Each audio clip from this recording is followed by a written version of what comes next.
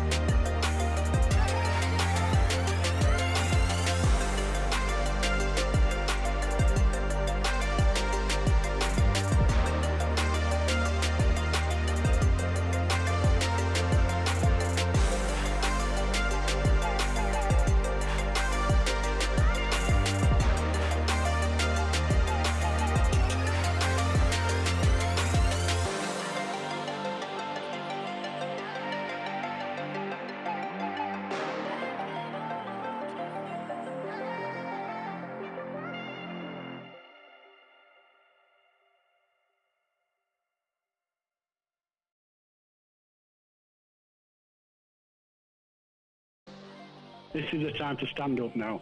We can't carry on like this.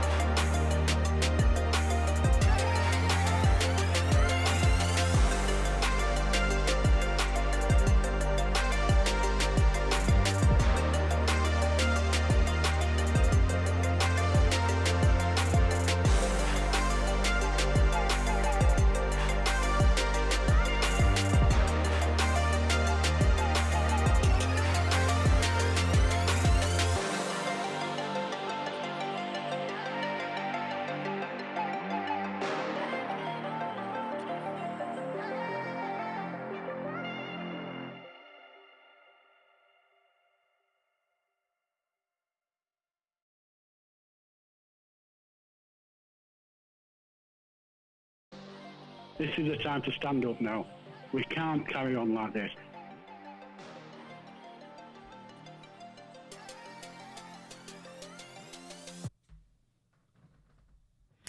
Very, very good evening. What I plan on doing is running the full council meeting so you can all share a space and watch it together and comment. I won't comment during the council meeting. I'll leave it up. If I do comment, it'll be by typing something the same as you. So please do put the live chat up and see how it goes. The council meetings are currently mired in controversy for a number of reasons. One of them is these fake ASBIs that the council are issuing, supported, by the way, by Mark Kenyon now, the Liberal Democrat councillor who's come out to attack people of the town who have been horrified at the cover-up of the grooming and gang rape of the town's children. That's Mark Kenyon, the Failsworth kitchen salesman, the Lib Dem councillor for Saddleworth West and Lees. He's now come out criticising members of the public, would you believe? What we also have at the council meeting is, remember, these council meetings had been taken off, and that since then they've been put back on. It appears without the knowledge of the leader of the council. So we can only imagine what that means as to who's really in charge of the council. And when the chief executive, Dirty Harry Caffrell, hashtag these days on Twitter, you'll find the hashtag Harry Hitler, has come out with a ridiculous explanation that is so full of, no, it's a lie. It's lie after lie after lie. But what then do you expect of this disgraced, nationally disgraced council? The council meeting is about to start. There's only 27 people who are waiting, so it's about to start. So I'll put this on, transfer it across, okay?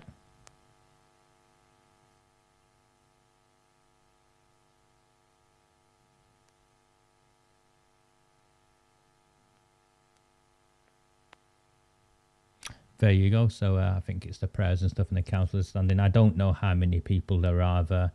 Good evening to all of you. And if you do find value in this, there is a Buy Me a Coffee link. I am hosting this, so hopefully some of you will consider. Before we start prayers and the meeting, please could I ask all present to please treat everyone in this chamber with respect, including my chaplain, Reverend Jean Hurlston, whilst prayers are said. Can I ask my chaplain to say prayers? O God, grant to each of us this evening an open mind to reflect on the ideas and proposals set before us. Give to us grace to listen to perspectives offered by our fellow citizens in this chamber. May we deliberate with dignity and respect for the benefit of all people who live, work and enjoy being part of this wonderful borough of Oldham. Amen. Amen. Please be seated.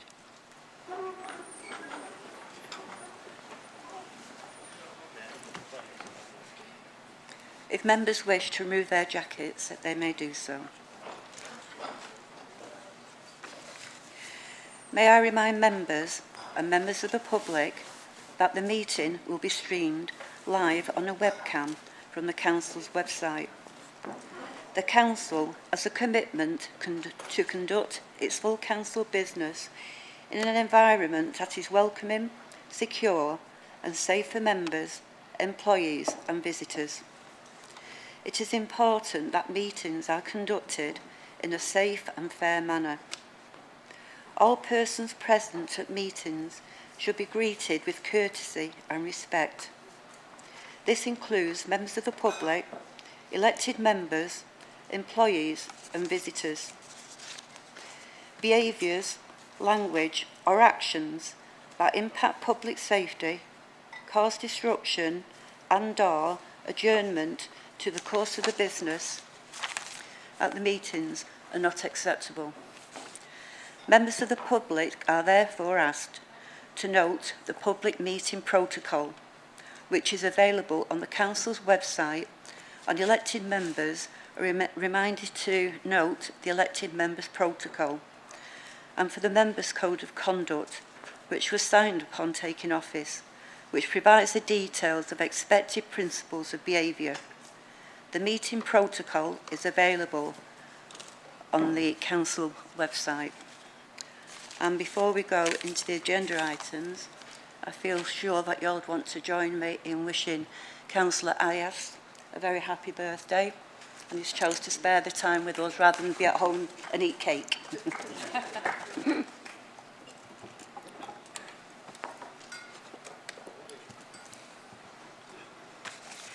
So if you go into the agenda items, item 1 is apologies, and I've received apologies from absence from Councillor Shan, Iqbal, Sheldon, Shuttleworth and Islam. Sorry, I couldn't read that. Item 2. Is Council agreed that the Council minutes from the meetings held on the 27th of June and the 13th of July be agreed as the correct record? Madam Mayor, I would like to raise an issue on the minutes, please. Yeah.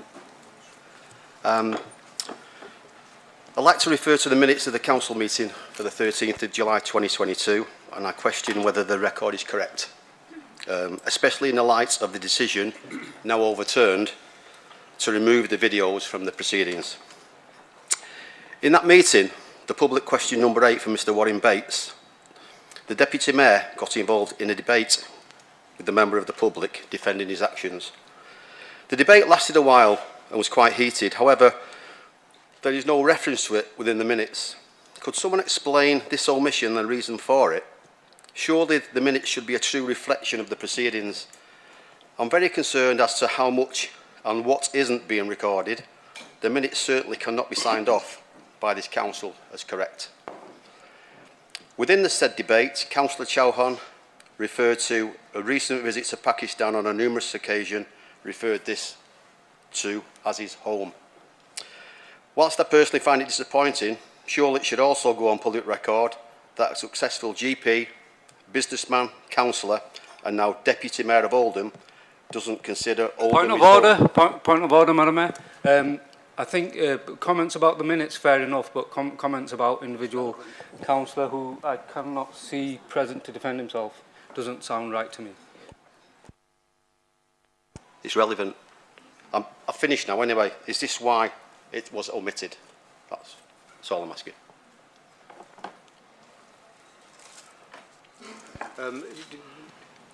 As for the purpose of the meeting and in response to the Council, obviously the minutes are a hopefully an accurate reflection of what take place. They're not verbatim, precisely, but obviously there are very extensive minutes, and it's a matter for Council as to whether you accept those as a fair and proper record.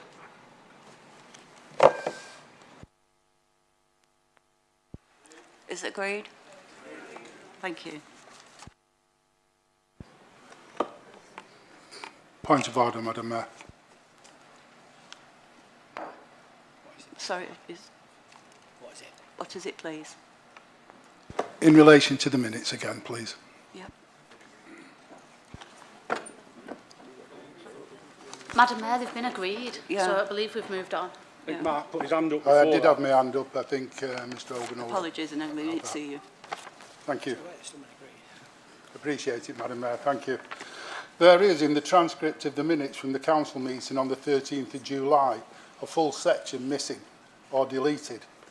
I have cross-referenced this with the reinstated video recording from confirmation, and it appears that from 2 hours 21 minutes, when Councillor Hoban finishes his motion, the discussion and the comments made on the recording do not appear in the minutes until 2 hours 29 minutes. Ironically, part of the text is the leader's comments referring to CSE survivors she had spoken to, and I quote, "You can say it destroyed victims' lives, but it didn't have an impact on their lives."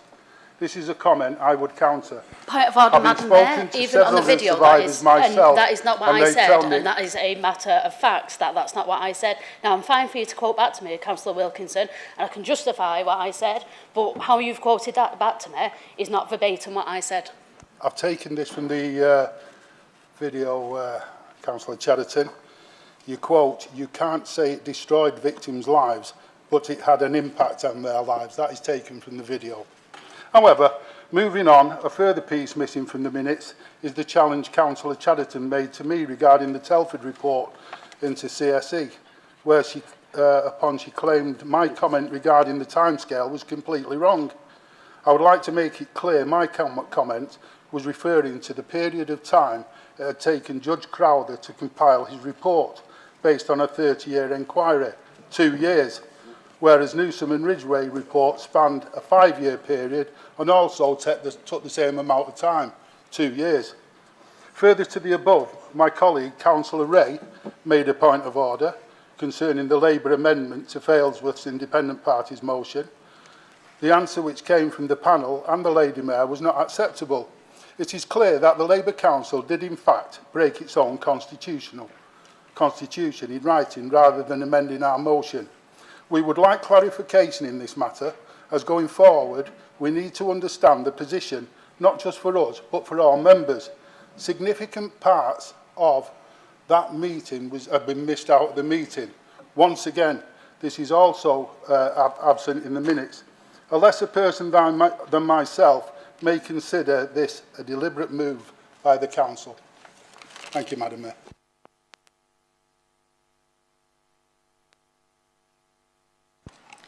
To move on to item 3, which is declarations of interest. Are they declarations of interest from members in respect of matters to be determined by the Council at this meeting?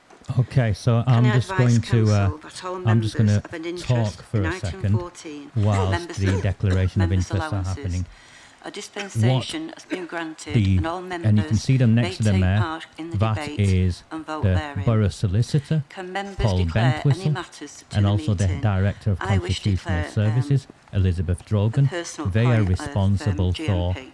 doctoring the minutes of the council meeting. That is what is exactly taking place, and that is what they've just been exposed for, doctoring the minutes. Thank you, of Madam the Mayor. Then I will council too meeting. via employment by Greater Manchester Police. Councillor Wilkinson. Receipt of Greater Manchester Police pension. Yeah. Councillor Gloucester. For fullness, I'll declare it, but having read the Green Book from cover to cover, I don't think there's actually anything in it that requires the declaration in the first place. But I'll It's declare just it. to cover ourselves, really, being a bit transparent. Okay.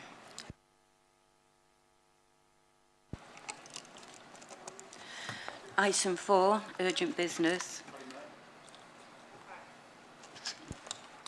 Declaration of interest, husband in receipt of GMP pension. Thank you. Councillor Williams. Item 4, I believe, partner works of GMP. Anybody else? Right, move on. Urgent business, item 4. There's no items of urgent business. Item 5, communications. The leader has given advance notice that she wishes to address council. Councillor Chatterton. Thank you, Madam Mayor. Briefly, I'm aware that there have been several public questions submitted to the Council this evening about the removal of the recordings of public meetings online. Given the number of questions received on various matters tonight, I wanted to ensure there was an opportunity to provide members of the public with a response on the public meetings position. Recordings of public meetings were removed from the website on a temporary basis while a review of the conduct of those meetings was undertaken by officers of the Council. I can now confirm that all recordings are now back online for residents and the media to access them. You also see that we are continuing our commitment to live streaming full Council meetings, and these will remain online for people to view on catch-up after this meeting has ended.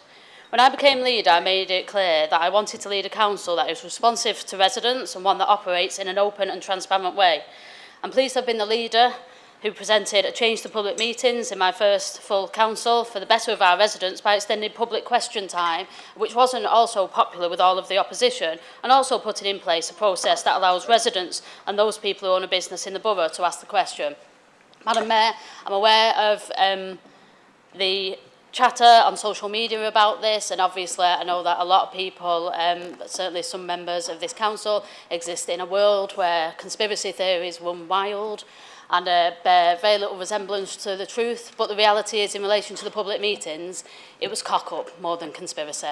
But they're now back online, it's back being viewed, and they'll stay online. Thank you, Madam Mayor.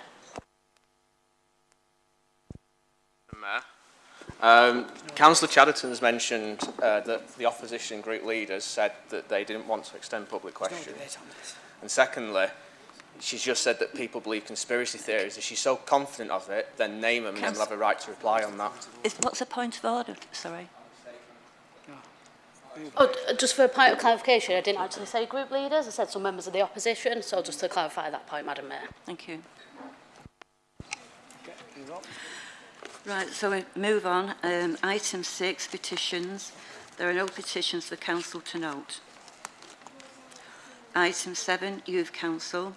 There are no items of Youth Council business. Item 8. This part of the agenda is question time, where the council will consider all questions submitted in the order received, starting with public questions. There's a 30-minute time slot for public questions, and once this time expires, no further questions will be asked. There is no right of reply to answers given, and I will be reading out the questions. If the time limit has expired and a member of the public has submitted a question which has been ruled in for consideration, the question and response will be published on the council's website.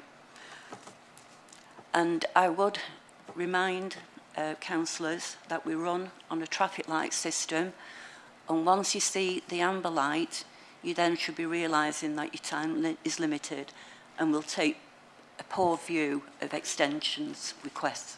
Thank you. Right, so the first question has been submitted by Matthew Smith.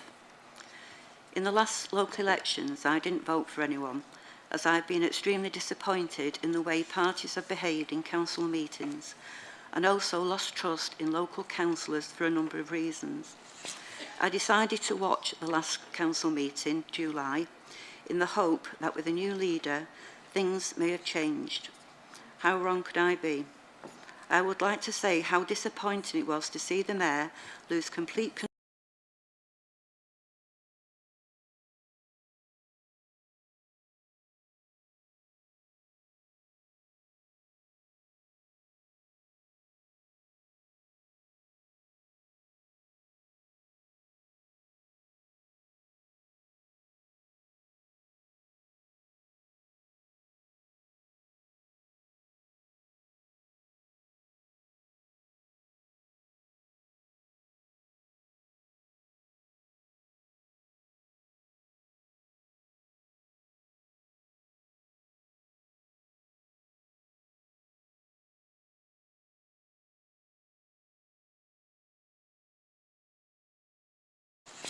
I decided to watch the last council meeting, July, in the hope that with a new leader, things may have changed.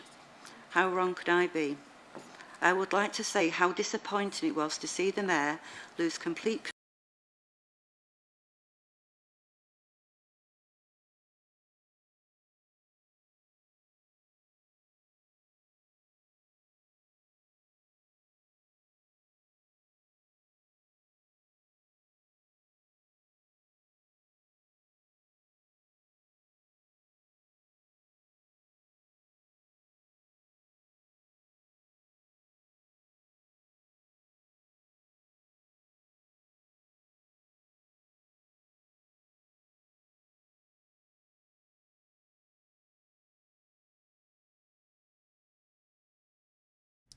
Just give me a second. The stream fault isn't me, so we need to see what's going on here.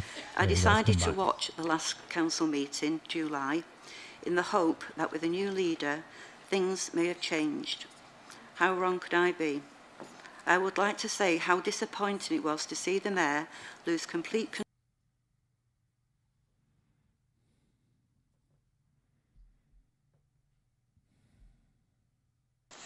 I decided to watch the last council meeting, July, in the hope that with a new leader, things may have changed.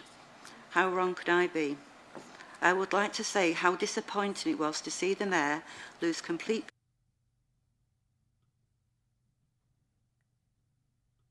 Just give me a second and let me try and reset this and see if it makes a difference.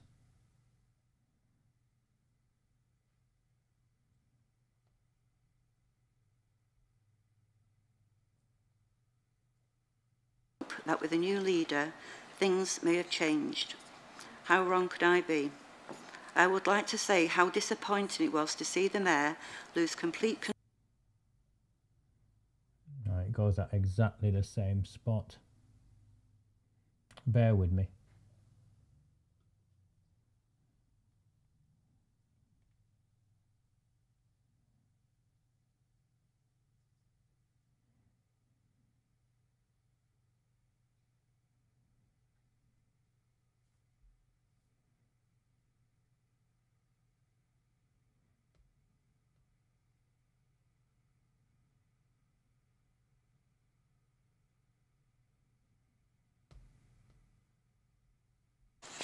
I decided to watch the last council meeting, July, in the hope that with a new leader, things may have changed. How wrong could I be? I would like to say how disappointing it was to see the Mayor lose complete... No, something's going on here and I can't work it out. Just give me 1 second and I'll try and bring it back on. Let me turn the light back on as well. Sorry, I was saving electricity while this was going on, so give me 1 second.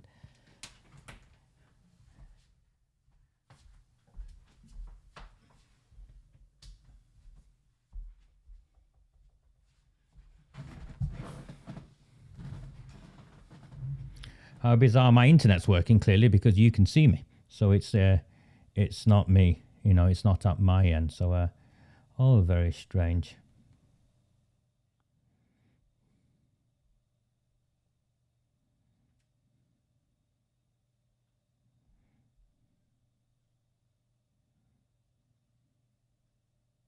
Here we go.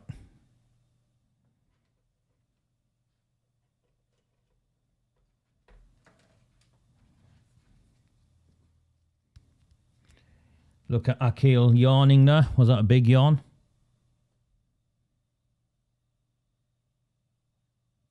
How disappointing it was to see the Mayor lose complete control. I decided to watch the last council meeting, Let's go July, backwards a bit. in the hope that with a new leader, things may have changed. How wrong could I be? I would like to say how disappointing it was to see the Mayor lose complete control. You can see what's going on there. There's no sound from her response.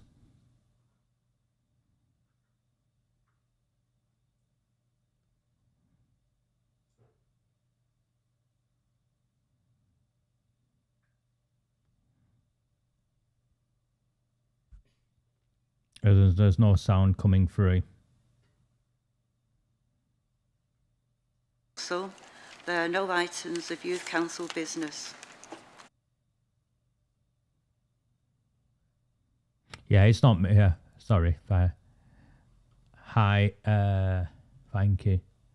Yeah, it's not me. It's not at my end. It can't be at my end because all I'm doing is streaming it onto an iPad and relay it on through my software. So this not working isn't me. So thanks for confirming that as well, Sally-Ann. So that's what's going on. I don't think this is an accident in any way, shape or form. Are we conspiracy theories? No, I don't think so. This isn't an accident. As you can see in the background, no members of the public seem to be in this meeting. So you can see for yourself. This is a disgrace by an out of control council, led by. You know what's going on now? Look at it. They've got minutes of meeting that they're completely deleting entire sections of a council meeting in the minutes. And elected councillors are objecting to what's going on and they're just carrying on. They're just carrying on as nothing's happened. And now the public questions, just as the public questions section starts, the council meeting has no sound. Mysteriously, the sounds just disappeared. No members of the public, and the sounds just disappeared.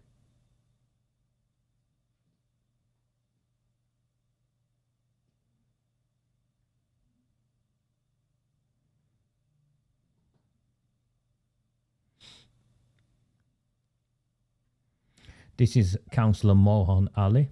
I don't know what he's saying, but I know Councillor Mohan Ali is the cartel councillor for Chadderton North.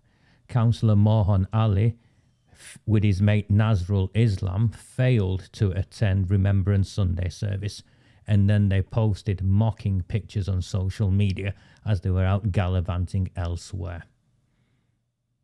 But these people are beyond reproach because of the block vote they enjoy.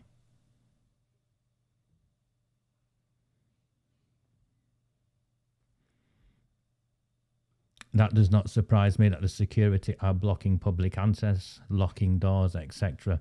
This is a council out of control.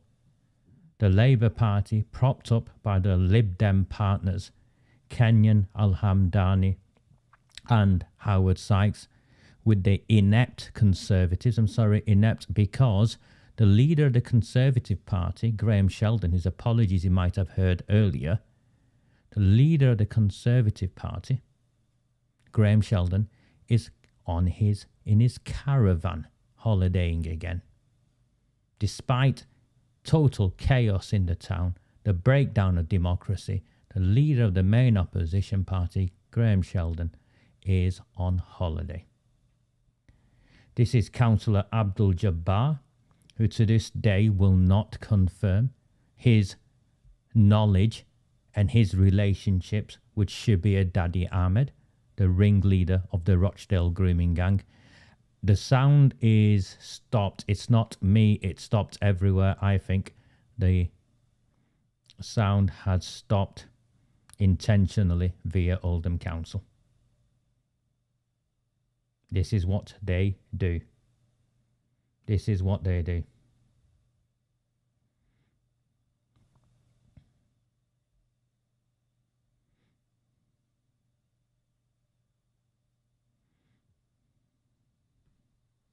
For people to access. Here we go. And we'll be The publishing our plans in the near future, detailing the arrangement for the winter months. Thank you, Madam Mayor.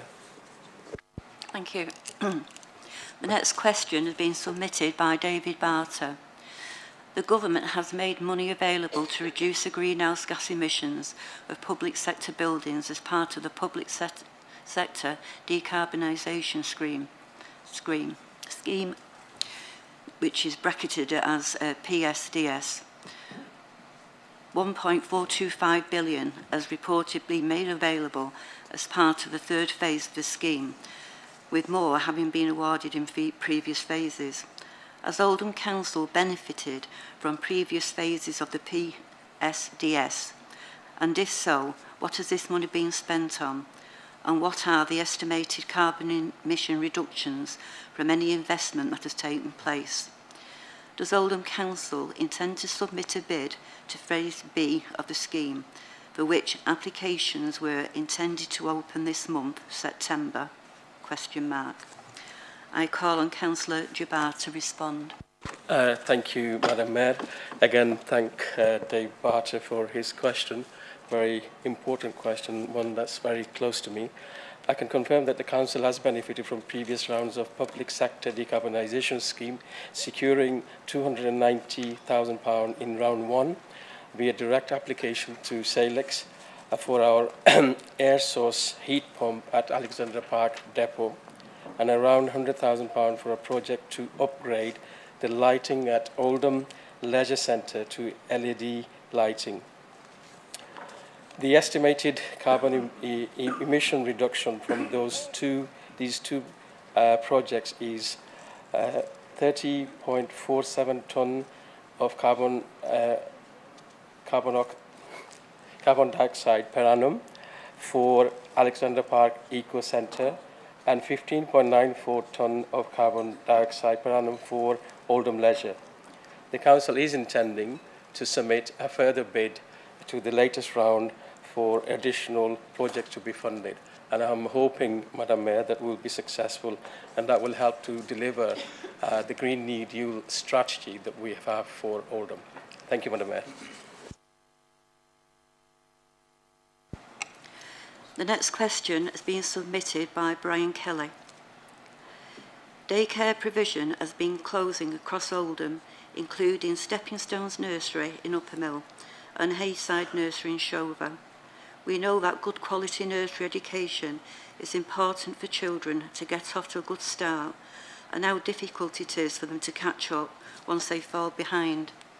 Can the Cabinet Member for Children tell us how many other nurseries, day nurseries and childminders have had to close in the past 2 years and what the impact is on communities like Shover and Durka in St James's Ward? What can the Council do to support daycare provision and to encourage every family to use a free early education offer for its 2 to 4 year olds? I call on Councillor Moores to respond. Thank you, Madam Mayor, and thank you, Brian Kelly, for the question. I'm sure we all appreciate how important early years education is. Between March 2020 and the end of June this year, we have seen the closure of 57 early years settings across Oldham. The breakdown includes 4 day nurseries, 2 playgroups, 42 childminders. The remainder are holiday schemes and out-of-school clubs. However, over the same period, we have seen new provisions starting up, which means little change to the net supply of early years places across the borough. In March 2020, we had 154 childminders, and at this present time, we have 154 childminders. In March 2020, we had 239 group settings. We currently have 86 settings. The closure of day nurseries, 3 in St James's, and the number of childminders in St James's is a factor that we need to consider, and we look at these figures regularly. There is no current evidence of unmet need across the borough, and everything is rated as green across the borough, but there are pockets where we would be red. The Council is working proactively with partners to deliver frontline services to raise awareness of the 3 early years education entitlement to support parents through the eligibility checking process. Most recent comparative data from the DfE published in June 2020 shows uptake of the 2-year-old entitlement in Oldham in the January early years census at 72%. This was the same as the national average and slightly ahead of our statistical neighbours. For 3 to 4 year olds, Oldham recorded 95% uptake, compared to 92% nationally and a 93% average among our statistical neighbours. The early years team are also supporting the sector by providing a range of free training and support, and they have recently worked with the colleagues from Get Oldham Working and Oldham College to host an early years information and recruitment event. Thank you, Madam Mayor. The next question has been submitted by Megan Birchall.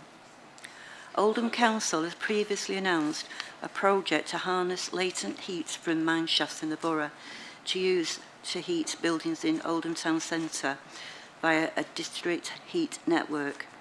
In March 22, it reported that the project had been awarded £160,000 from the Department of Business, Energy and Industrial Strategy for feasibility works. Can councillors confirm the status of this project? I call on Councillor Jabbar to respond. Thank you, Madam Mayor. And again, thanks Megan Birchall for her question. I can confirm that the Council is in the process of appointing an external technical and project management consultant to develop the outlined business case for this project. Once appointed, it is expected that this work will take around 12 months to complete. The Council continues to be in regular discussion with Department for Business, Energy and Industrial Strategy around potential for additional capital grant to develop this project further. Madam Mayor, if we are able to get the appropriate support from the government, then this could be one of the biggest district heating system anywhere in the country. and it will be using renewable source to heat residential and commercial properties in the whole of the town centre. Thank you, Madam Mayor. Thank you. The next question has been submitted by Dion Linton. What can be done to stop pubs, family homes and shops being converted into HMOs? I call on Councillor Chadderton to respond. Thank you, Madam Mayor. Can I thank Dion Linton for his question as well? I know this is a topic of conversation and the expansion of HMOs across Oldham, and it's causing concern amongst some of the local community. Unfortunately, the planning permission is not needed to convert buildings into houses and multiple occupation for up to 6 people. All larger properties over that do require full planning application to be considered, and this is consulted on.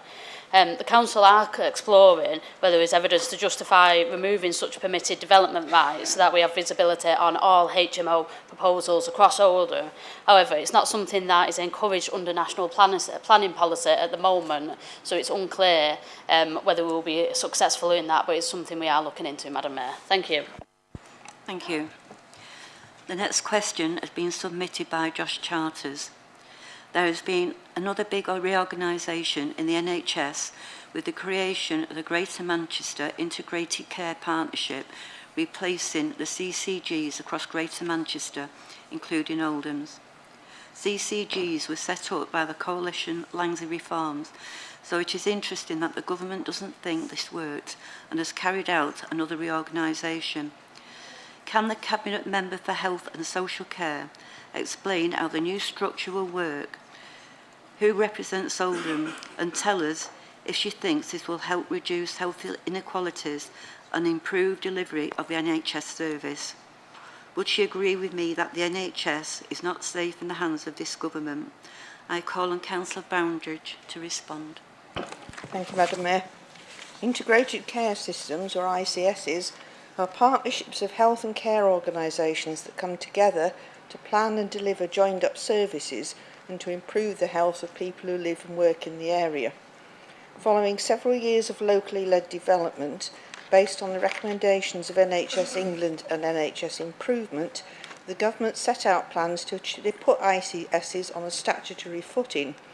They exist to achieve 4 aims: to improve outcomes in population health and healthcare, tackle inequalities in outcomes, experience and access, enhance productivity and value for money, and help the NHS support broader social and economic development. All relevant clinical commissioning group functions and duties transferred to the ICS NHS body on the 1st of July when they were established, along with CCG assets and liabilities, including their commissioning responsibilities and contracts.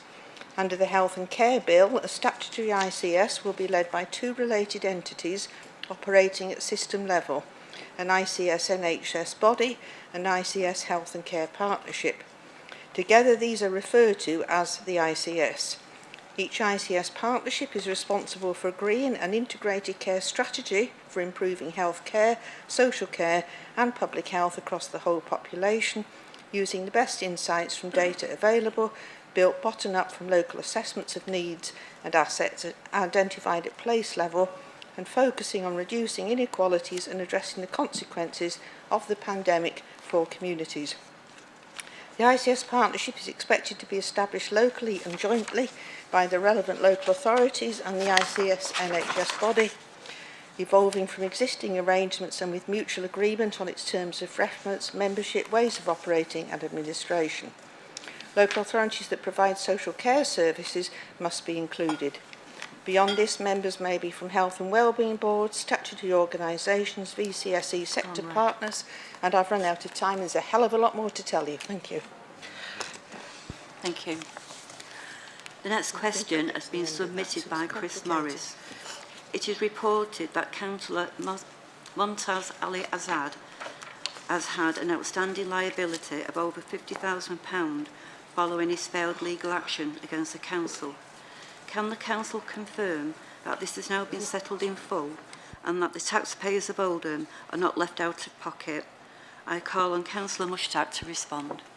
Thank you, Madam Mayor, and I thank Chris Morris for his question. I can confirm that Oldham Council taxpayers are not out of pocket.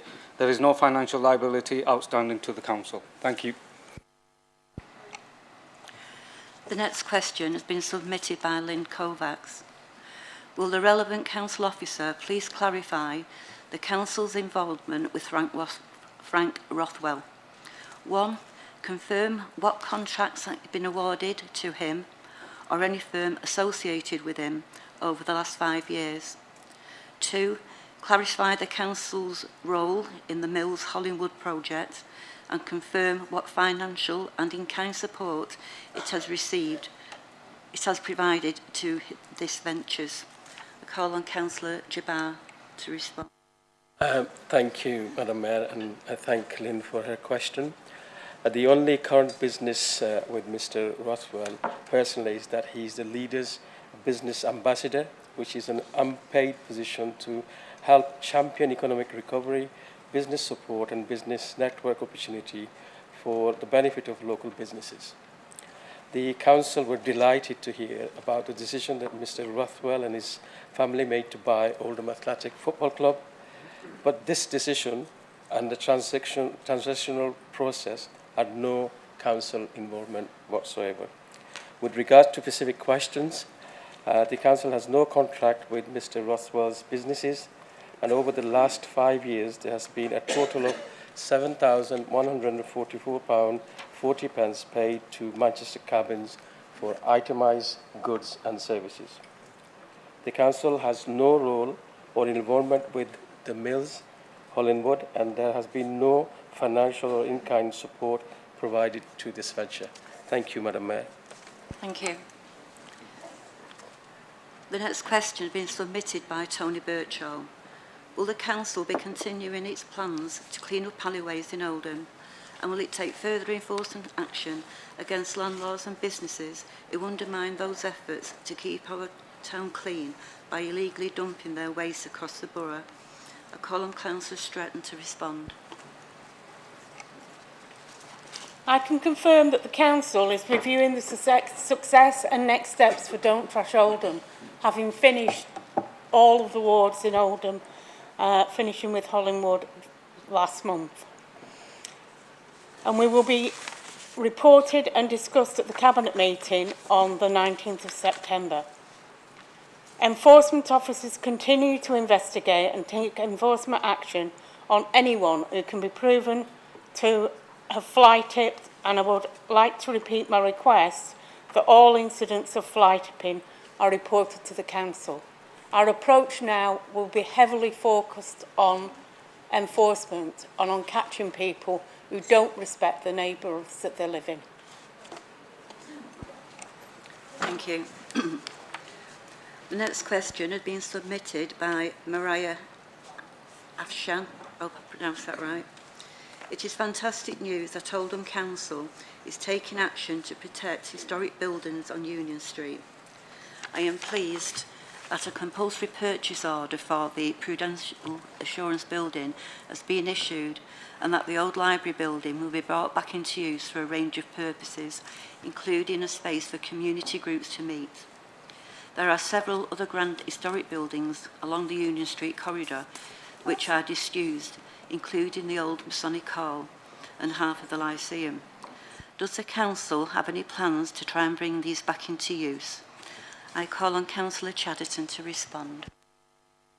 Thank you, Madam Mayor. Can I thank Mahara Afshan for a question as well? Union Street forms a key part of the Oldham Town Centre conservation area. It's an area of special architectural and historic interest and is underpinned by the Conservation Management Plan, which addresses key issues and challenges and in turn provides guidance and policy on how these can be addressed. These policies include the reuse of vacant heritage assets, design guidance and potential avenues the Council can take in terms of enforcement and funding. Officers are making progress with the private sector owner of the Masonic Hall to establish a way forward for its future use. The Lyceum is partly occupied at present by the music service, and we're looking into options to bring the remaining empty space back into use. As a result, both the Masonic Hall and Lyceum form part of the Council's submission to the Levelling Up Fund. Thank you, Madam Mayor. The next question has been submitted by Isa Hussain, and I hope I've pronounced that right as well. The Greater Manchester Mayor, Andy Burnham, has announced that single bus fares could be capped at £2 and day tickets £5 from September as part of the fast-track plans to reform the fragmented bus network. Currently, TFGM Get Me There mobile app only enables passengers to buy tickets for Metrolink. As part of the plans coming forward in September, could bus tickets also be made available on this app so that passengers can pay for their travel before leaving the house? And is there any threat to this welcome reform because of the renewed legal action being taken by the bus operator Rotella? I call on Councillor Chadderton to respond. Thank you, Madam Mayor. Can I thank Isa Hussain for the question as well? I'm pleased to advise that since Isa Hussain contacted us with their question, Rotala lost their court appeal, which was the last legal challenge standing in the way of the ambitious plan to franchise bus services across Greater Manchester from September 2023. Currently, you can use the Get Me There app to purchase an adult anytime bus and tram ticket in advance. You need to touch in, use a smart reader, a Transtop before you use your smart card on a bus. You can also buy many types of saver tickets in advance that give you several journeys in a day, or season tickets on bus companies' website like Arriva, Diamond, First Bus or Stagecoach. As buses get brought back into public control, then it will make sense that all GM bus tickets could also be available to purchase and advance on the Get Me There app. And Oldham officers will liaise with TFGM to see how early this can be introduced as franchising is phased in. Thank you, Madam Mayor. Thank you. We've actually run out of time on that section. All the remaining questions that we've got will be printed on the council website, so you'll find the questions and answers on there. We now move on to questions to the Leader and Cabinet. And the next part to this section is a time limit of 30 minutes, and I advance notice of questions. The Leader of the Liberal Democrat Group will ask his questions. I call upon Councillor Sykes. Thank you, Madam Mayor. Colleagues might not be too surprised that my first question tonight relates closely to the cost of living crisis, which is causing real anxiety right across our borough. Many families across Oldham are facing tremendous hardship as it becomes more and more expensive to put food on the table for their families. It is shameful then that at a time of unprecedented national hardship, the Conservative government have effectively cut free school meals by more than £212,000 in real terms across our borough. Universal infant free school meals were introduced by the Liberal Democrats in government in support of all pupils in reception year 1 and year 2. A healthy meal at lunchtime means that parents can save money at the supermarket and, more importantly, children can focus on learning, which is what school is for. No child should go hungry in Oldham Borough. If children are hungry, how are they expected to study and learn? However, since the policy was introduced 7 years ago, the Conservatives have increased the funding per pupil by just 4p. Yes, just 4p, from £2.30 to £2.34. Had the funding increased with inflation, it would now stand at around £2.50 per pupil. With inflation soaring now, these real-term cuts will get worse and the value of that meal will decrease further, meaning that children in our borough will miss out and fall behind in class. So can I ask the Leader, what will the Council do to try and help schools plug the gap left in their free school meals budgets by the Conservatives? And will she write to the, which I presume the new Secretary of State for Education, calling on them to reverse those cuts and reinstate the proper value of free school meals and by therefore protecting school budgets and making sure our children don't go hungry in schools? Thank you. I call on the Leader to respond. Thank you, Madam Mayor. Can I thank Councillor Sykes for his question as well? I mean, I wholly agree, to be honest, and you know, all of us, all 60 councillors, will know that the cost of living crisis is the biggest thing affecting our residents at the moment. I've been door knocking in my own ward over recess, and it is the first thing that people bring up But the fact that we live in a country, a rich country in 2022, where people seriously have to consider over the winter, are they going to heat or are they going to eat, is absolutely disgusting, to be frank. The Conservative government have overseen what is effectively 12 years of austerity. We've been absolutely hammered as a town through the first 10 years of austerity. Then we got hammered during the pandemic, and we continue to be hammered. Do you know, the number of children that live in poverty in Oldham is appalling, and they continue to be pushed into poverty, and that is a result of an ideological choice by the Conservative government. Now, obviously, we've changed Prime Minister, haven't we, this week? I remain to be convinced that there'll be much change in direction from the government. But of course, we should all lobby the government to be able to fund that better, and also to be able to fund everything better. We've lost 50% of our budget over the past 12 years, and no wonder people live in poverty, and everything's been taken away and stripped away to their absolute bare bones. And what we've got now in Oldham are people who live in absolute entrenched poverty, and it should shame all of us. It should shame the government, and it should shame us as a country. Thank you, Madam Mayor. Thank you. Councillor Sykes, would you answer your second question? Thank you, Madam Mayor, and I thank the leader for the answer to my first question. My second question tonight is about transport, something we've touched on earlier in the meeting with one of the public questions. After months of rigmarole and uncertainty surrounding Greater Manchester Clean Air Zone, it finally looks as though we've arrived at something resembling a workable plan. A small non-charging clean air zone in place of the original daily charge covering the whole of Greater Manchester, which would have been a disaster for people and businesses. Now, we've gone round the houses, to say the least, to get to this stage and wasted a shed load of money, but I suppose we should welcome that Mayor Burnham and the Thames GM leaders have finally seen sense and dropped the idea of a daily charge. But it's not a done deal, and we still have to wait for the government to approve the plan before we know whether the clean air zone is going to be kept free.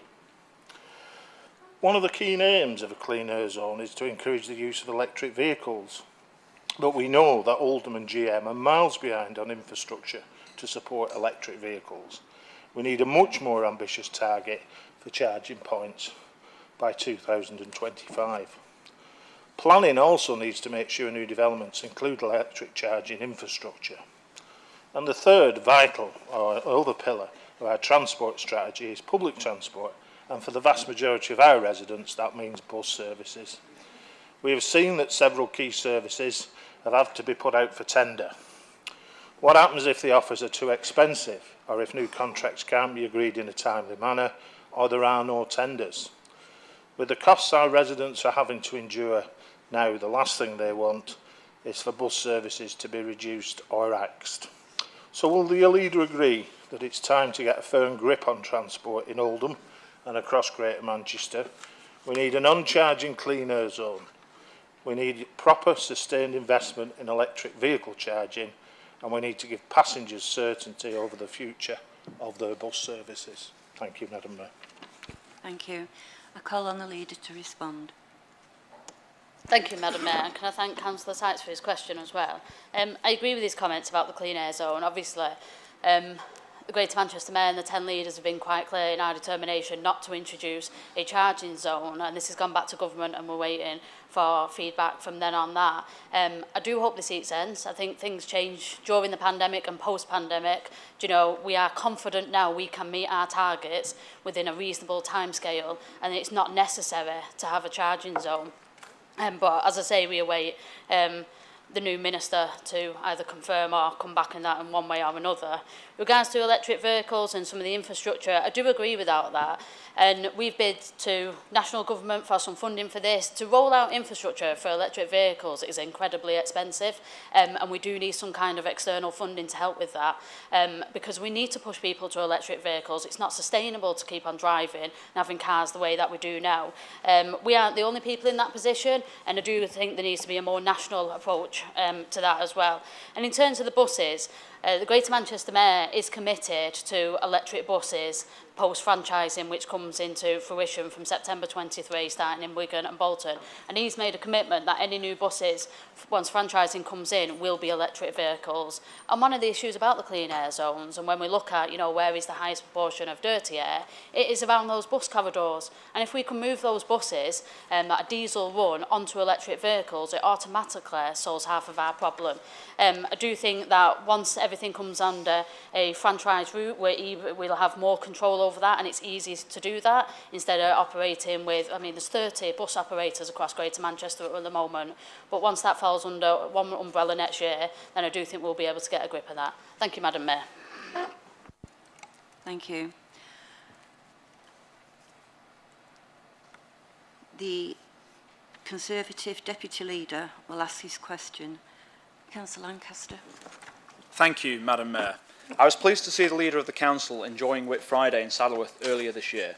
However, as she will be aware, the future of this greatest free event on earth is not certain. The band contests bring tourism, revenue and joy to the people of the borough, and even the people who live beyond the bounds of our borough. Yet despite false promises by her two predecessors, there is still an £11,000 shortfall in funding, which the 9 Saddleworth and Lees councillors are expected to stump up. This means many smaller community events, activities and organisations are missing out on vital funding. Therefore, considering the scale and significance, culturally, socially and financially, of Whit Friday, will the Leader reinstate this £11,000, an amount which, in the words of Mr Fielding, would be crumbs from the table, considering the size of the council's coffers? It would only be fair considering town centre events are not funded from councillors' ward budgets. This is a borough of several townships and parishes, not just the centre. Thank you. I call on the Leader to respond. Thank you, Madam Mayor, and can I thank Councillor Lancaster for his question as well. Councillor Lancaster is right. I did enjoy my Friday at Whit Friday. It's quite an event to behold, to be totally honest. I am not aware of the £11,000 commitment, and I'm not sure what that is. I have had an email in relation to something else around Whit Friday, but it wasn't in relation to the £11,000. However, I will pick that up and look at that. And if Councillor Lancaster's got details of that or emails, then if you send them on to me, I'll certainly look into it. I don't, I expect, while nothing is guaranteed in life, Madam Mayor, I certainly don't want to be the leader where Whit Friday has to cease. So, I remain committed that Whit Friday will continue, and I don't anticipate it stopping anytime soon. Thank you. Thank you. Councillor Lancaster, your second question, please. Thank you, Madam Mayor.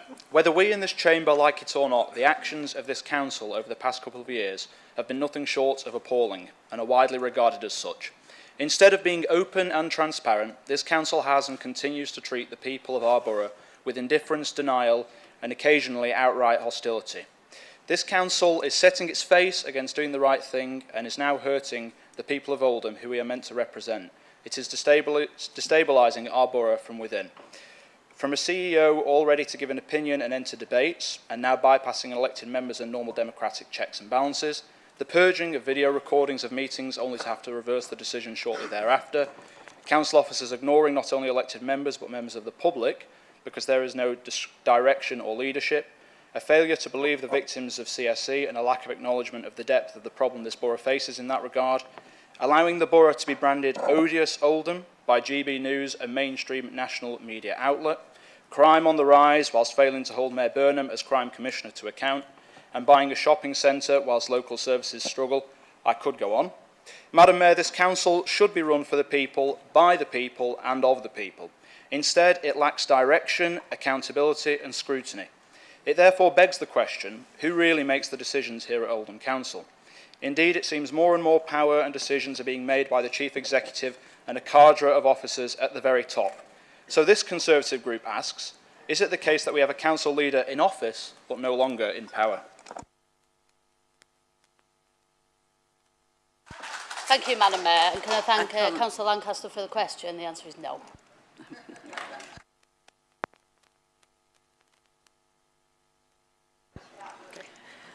The Leader of the Failsworth Independent Party will ask his question. Councillor Holbin. Thank you, Madam Mayor. That was one question that at least got an answer. I was going to ask a different question tonight, but I'll go back to something that Councillor Lancaster's raised, and it's the openness and transparency, or supposed, of this council. My two colleagues, Councillor Wilkinson and Councillor Hindle, asked a question before and got no answer.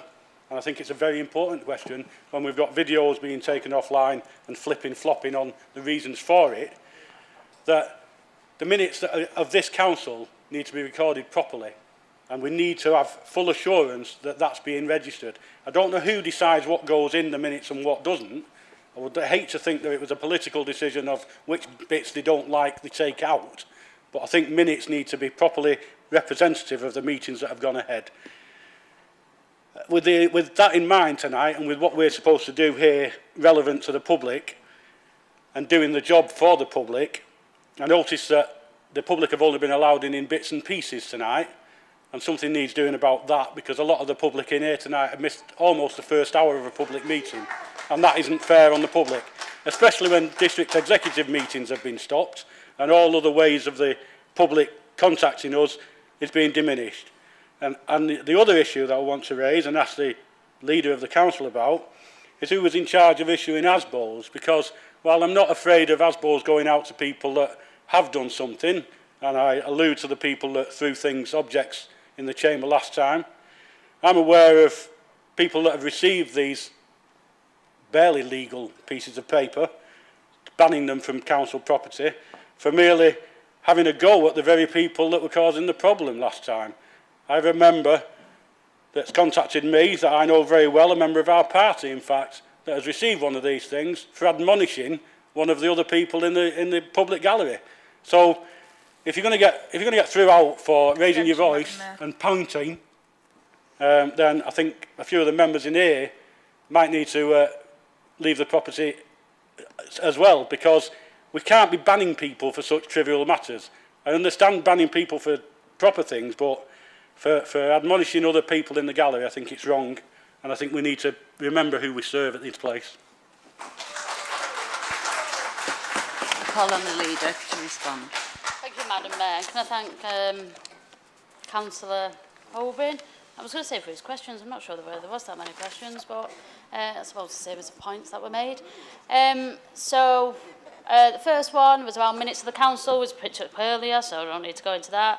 And then in terms of the ASBIs, I mean, if people were to be banned just for having an opinion or for disliking the administration, then, you know, we would have said it out, everybody that was here. But as far as I'm aware, it was a relatively small number of people that received those letters.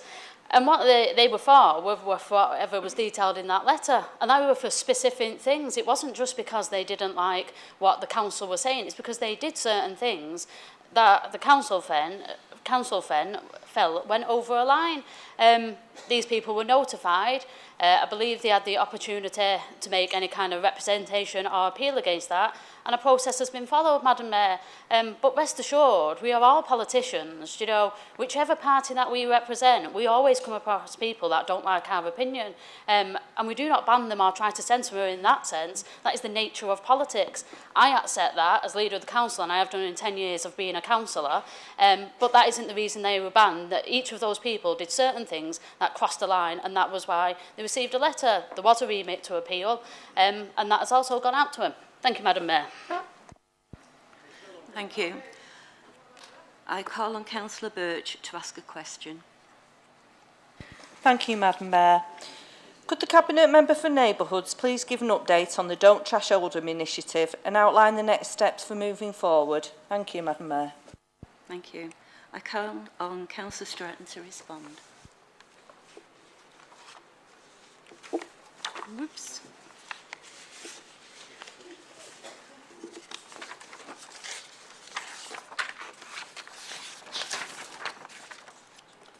Officers have prepared a report which is to be presented to Cabinet on the 19th of September, which will explain in full our plans for the next phase of the successful Don't Trash Oldham programme, which has so far resulted in 3,495 streets cleaned, 662 alleyways cleaned, 284 tonnes of waste removed, 361 fixed penalty notices issued where evidence was discovered, and 64 individuals prosecuted at the Magistrates' Court, resulting in fines and associated costs of £28,000. A further 77 cases are pending court consideration. 62,000 conversations on the doorstep with residents highlighting the campaign also took place. Oldham is now a cleaner place than when we started the campaign, and we do not intend to rest on our laurels with more targeted interventions where people continue to break the law, but also support given to those communities that do play their part to ensure the borough reflects what the majority of our residents expect. Thank you. I call on Councillor McCarran to ask a question. Thank you, Madam Mayor. Can the relevant Cabinet member please clarify how many households have received the council tax energy rebate payment and whether there are any plans to help households in the future with the increasing cost of energy? Thank you, Madam Mayor. I call on Councillor Jabbar to respond. Thank you, Madam Mayor, and thanks to Councillor McLaren for his question. The Council has issued payments of £150 to 87,846 households in Oldham. Of those, 58,140 were paid directly into the bank accounts and 29,706 were issued with vouchers cashable at the post office. Unfortunately, only 84.6% of the vouchers have been cashed, and those households who hasn't cashed the voucher, they will be credited with £150 in their council tax account. In addition, a further 21,559 council taxpayers got discretionary payments, and again, these are being issued through vouchers. Some have been paid through direct debit. 7,639 have been paid directly into the bank account, and 13,920 people have been paid through vouchers. The Council will provide extra support for households, but of course the nature of the support largely depends on what the government will provide, and I hope the Prime Minister, when she speaks tomorrow, will take into account the serious problem people have in Oldham and will be generous in terms of the support they will be issuing. Thank you, Madam Mayor. Thank you. I call on Councillor Abraham to ask a question. Thank you, Madam Mayor. I have had lots of casework regarding block gullies to the point where they have become waterlogged and caused flooding into the highways. There is an issue across the borough, as I know colleagues have had similar casework. We have all seen videos and photo evidence of these cases on social media. Therefore, can the relevant Cabinet member please advise how often these gullies are cleaned throughout the borough? Thank you. Thank you. I call on Councillor Stretton to respond.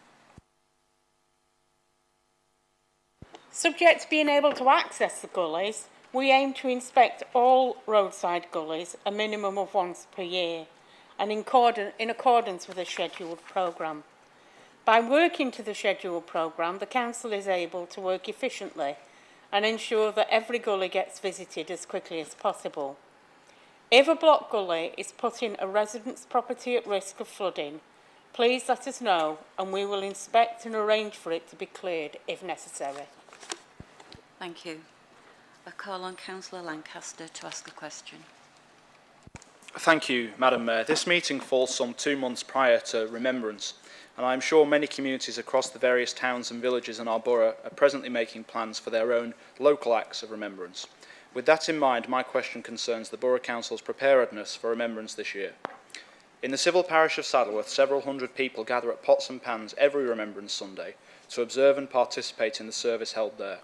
The Pots and Pans War Memorial, which is a Grade 2 listed structure, is in a poor state, with the plaques on its sides particularly worse for wear, and many names of fallen heroes now having faded away. With the centenary of the laying of the foundation stone being next May, it seems appropriate for restorative action to be taken in the very near future. I understand as well from my group colleague Councillor Arnott that in the township of Royton he too is working on a local war memorial issue. Can the administration please offer the Council's resource to addressing these two specific cases and also report on the Council's work in preparing the borough for Remembrance this year? Thank you. Thank you. I call on Councillor Stratton to respond. Preparations for Remembrance Sunday is underway for the 7 services throughout the borough. As far as the question over pots and pans is concerned, the answer is as follows. Officers are aware of the potential issues that have been brought to the Council's attention regarding the plaques and stonework at the Pots and Pans War Memorial. And with this in mind, a specialist has been appointed. They will present us with an updated report to identify what needs to be done to ensure the long-term appearance, safety and features on such an iconic memorial in the Saddleworth district are met. Once the report has been completed, I have asked officers to bring this to my portfolio meeting to discuss in detail the cost, work requirements and any timescales for work to be undertaken. I trust that this answers your question and reassures you that we do take the maintenance of our war memorials seriously to ensure that they do not fall into a state of disrepair. Thank you. I call on Councillor Alandini to ask a question. Thank you, Madam Mayor. I realise this was partially covered earlier by a question in the public questions, but it's nice to be on someone's wavelength. Given the current increase in energy prices in the UK, how much is the additional cost to residents of heating their homes compared to what the cost would be under the mine water heating scheme? How many residents in Oldham have been and will be affected by the failure to deliver the scheme? What impact would that scheme, which was first proposed by our group in 2012, have on the town's commitment to a zero carbon future and the economic benefits that will be brought by placing this town at the forefront of an emerging technology? Thank you, Madam Mayor. Thank you. I call on Councillor Jabbar to respond.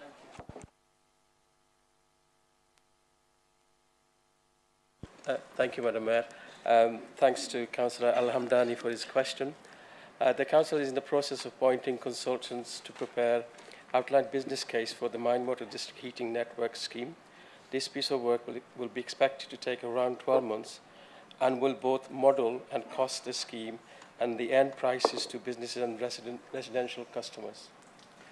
As such, no information is available yet on how much the end user on the heating will be paying.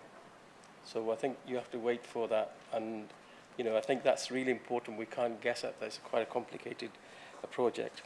As the town centre residential properties being modelled for connection to the Mine Water District heat network have not yet been built, no existing residents have been affected by the fact that the scheme has not yet been developed. It is expected that 2,000 new residential properties will be delivered by the proposed district heating network.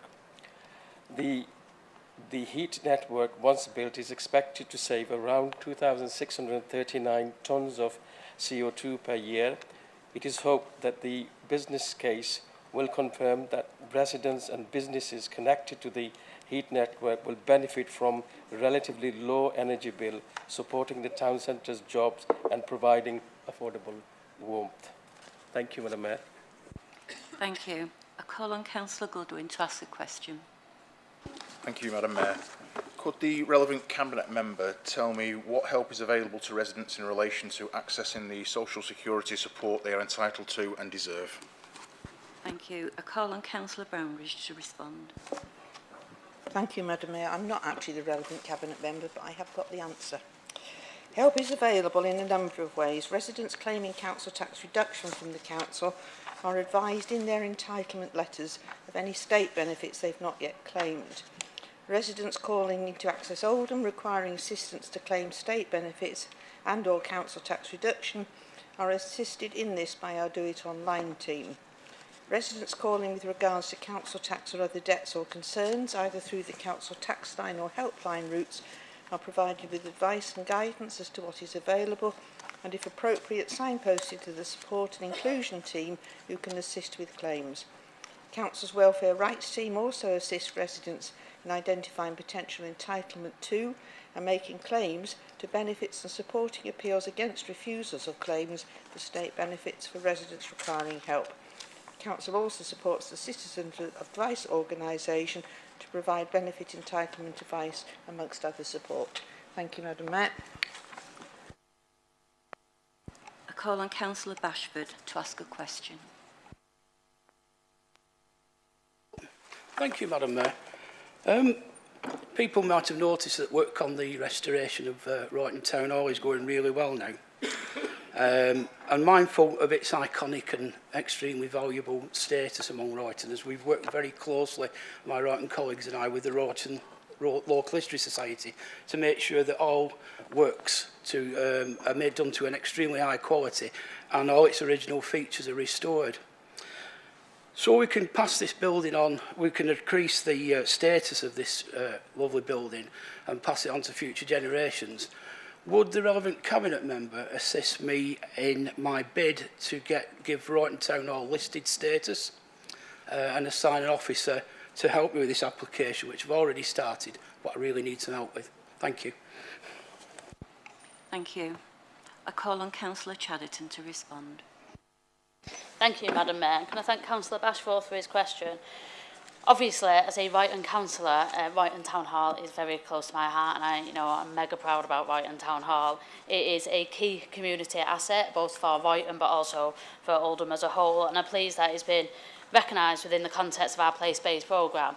It also brings me a lot of pride that work has begun at pace at Royton Town Hall. Do you know, when I became councillor 10 years ago in Royton, we were talking about the renovation of it then, and it's taken a long time to get here, but we are well on the way with that, and we can see that through the demolition of the rear of the building.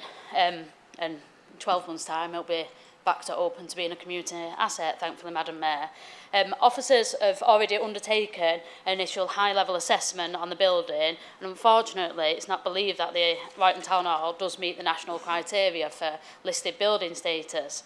However, I'm pleased to confirm that over the coming weeks, officers will undertake a more formal assessment. The position of eligibility will be reviewed through the Corporate Property Board, and I will ensure that officers make contact with Councillor Bashforth and keep him abreast of the situation. Thank you, Madam Mayor. Thank you. I call on Councillor Alias to ask a question. Thank you, Madam Mayor. With hoarding going up across the town centre and residents starting to notice the work is underway on creating a better place, can the relevant Cabinet member provide us with an update on the Labour administration's ambitious plans for the region of town centre? Thank you. Thank you. I call on Councillor Chadderton to respond. Thank you, Madam Mayor. Can I thank Councillor Alias for his question also? It's great news that our residents recognise the progress in delivering our plans for a thriving town centre, and I'm really pleased to see the hoardings go up. Around the town centre, there are various schemes moving from design into delivery now, and this is evidenced by hoardings around Spindles. They went up around TK Matt shortly, but over the past week or so, they've also gone up behind Debenhams as well. But there's also cranes and scaffolding at locations across the borough. Regeneration plans are not just about investment in new and existing building, but it's also about creating real and meaningful change for our residents and business within Oldham. Our ambitious plans for a thriving town centre will unlock millions of pounds worth of investment to create more than 2,000 new homes in Oldham town centre, 1,000 new jobs and 100 new apprenticeship opportunities. The programme has already successfully secured millions of pounds of external funding through the Towns Fund, Future High Street Fund, and will continue to seek out and apply for further funding opportunities to complement and reduce the demand on public funds. There are two main projects in flight to provide you with a complete update this evening, but we're committed to delivery, as well as being years of discussions and approvals, and our communities deserve to see the plans delivered and operational as soon as reasonably possible to ensure they have a thriving town centre, new homes to live in and new opportunities to work. We're equally conscious of ensuring our residents, local businesses and local communities benefit from the regeneration plans, and we are monitoring progress closely, ensuring value for money and social value is embedded in every project, with an annual progress report being discussed recently at Overview and Scrutiny Committee. Thank you, Madam Mayor. Thank you. I call upon Councillor McManus to ask a question.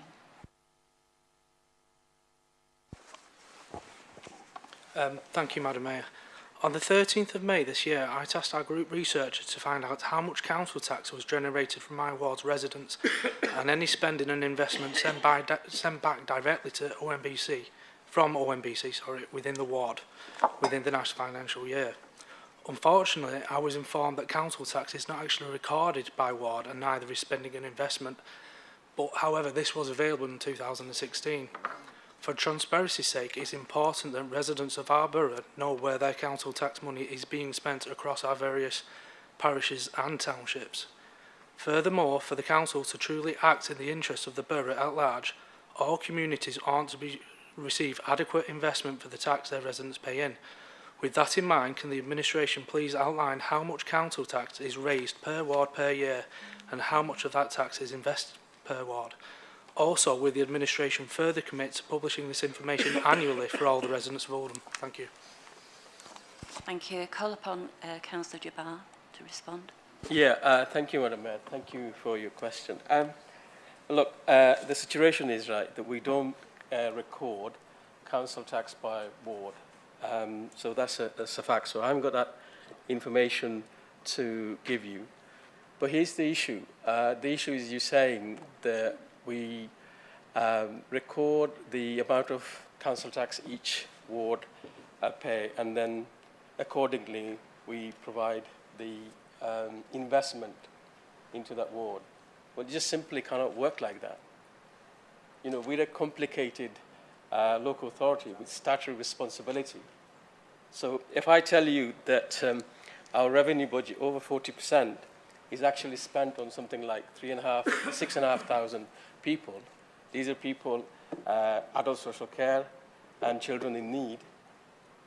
Then how does what you're suggesting works? This is a responsibility that we have statutorily. It's a statutory responsibility that we have. So therefore, your thinking and logic just simply won't work. I'm happy if you want to sit down and go look at the council tax revenue. By the way, that's the only one stream of the total budget. So the other streams are business rates, government grants, and fees and charges. So you can't just take one element of a complicated budget. With the local authority, we have massive and complex services that we have to provide by law. And if you're suggesting what I did, then tell me what happens, right, if there is a child who comes in and needs support, and we need to find secure accommodation. But by the way, that ward that child comes from hasn't paid enough council tax into the coffers. So what do we do?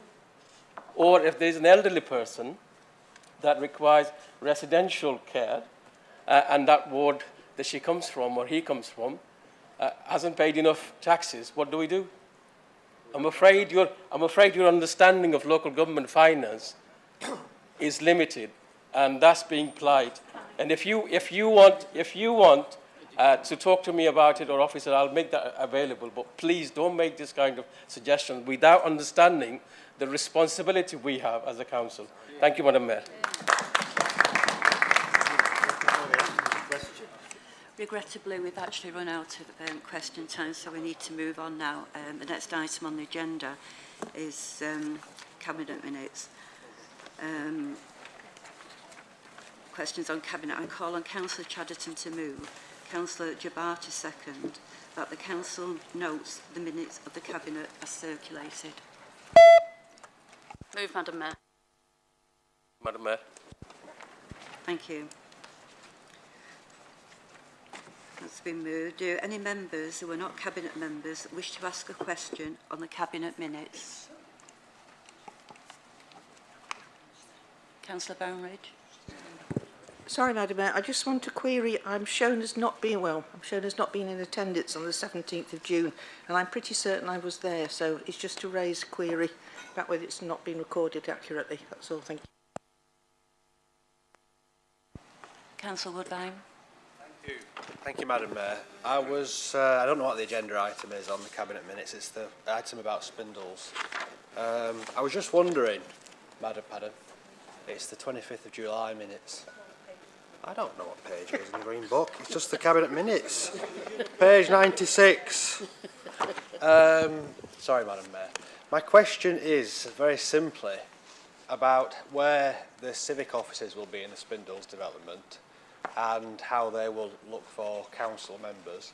And as well, I think Shelley will kill me for asking this question, is the branding on the front of the civic section of the building. Could we not have the borough coat of arms rather than the Oldham Council logo? Thank you. Thank you, Madam Mayor, and can I thank Councillor Woodvine as well. The civic part of where we move once this is demolished, we're not moving into Spindles. There's no civic section in Spindles, that's not the plan. The plan will be that the civic building will be the old public library on Union Street. So we move down there. So the Spindles is not designed for us. The Spindles will be designed for officers who are based in part of this section of the building, and then the tower building, they move into Spindles, but we don't move into Spindles. As a group, we move into the old public library. In terms of design, we've still got quite a way yet. I don't think it's due to complete for another 2 years at the moment, but certainly on design we'll be consulted on, but there will be a place dedicated for the coat of arms, so rest assured, Councillor Woodvine, that will be there.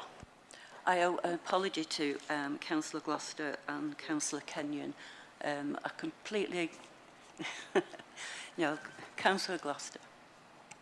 Thanks, Madam Mayor.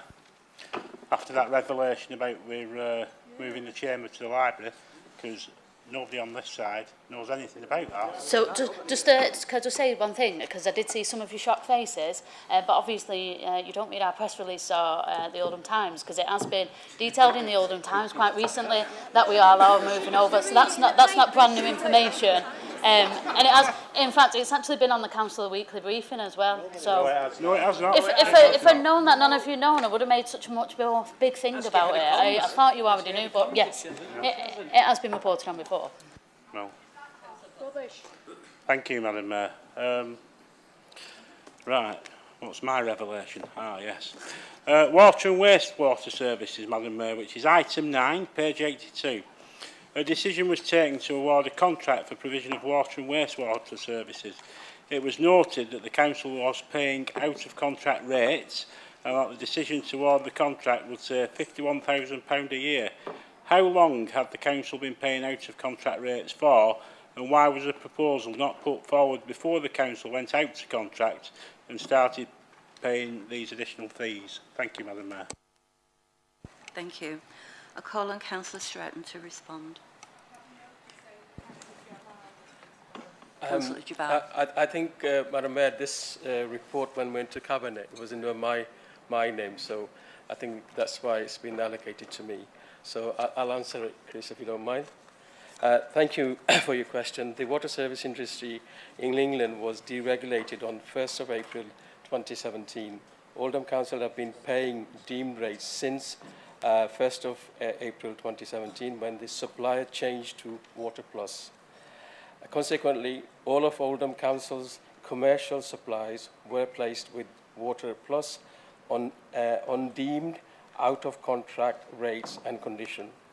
At the point of deregulation in England, United Utilities were instructed to transfer all non-domestic water accounts to a new supply company, Water Plus.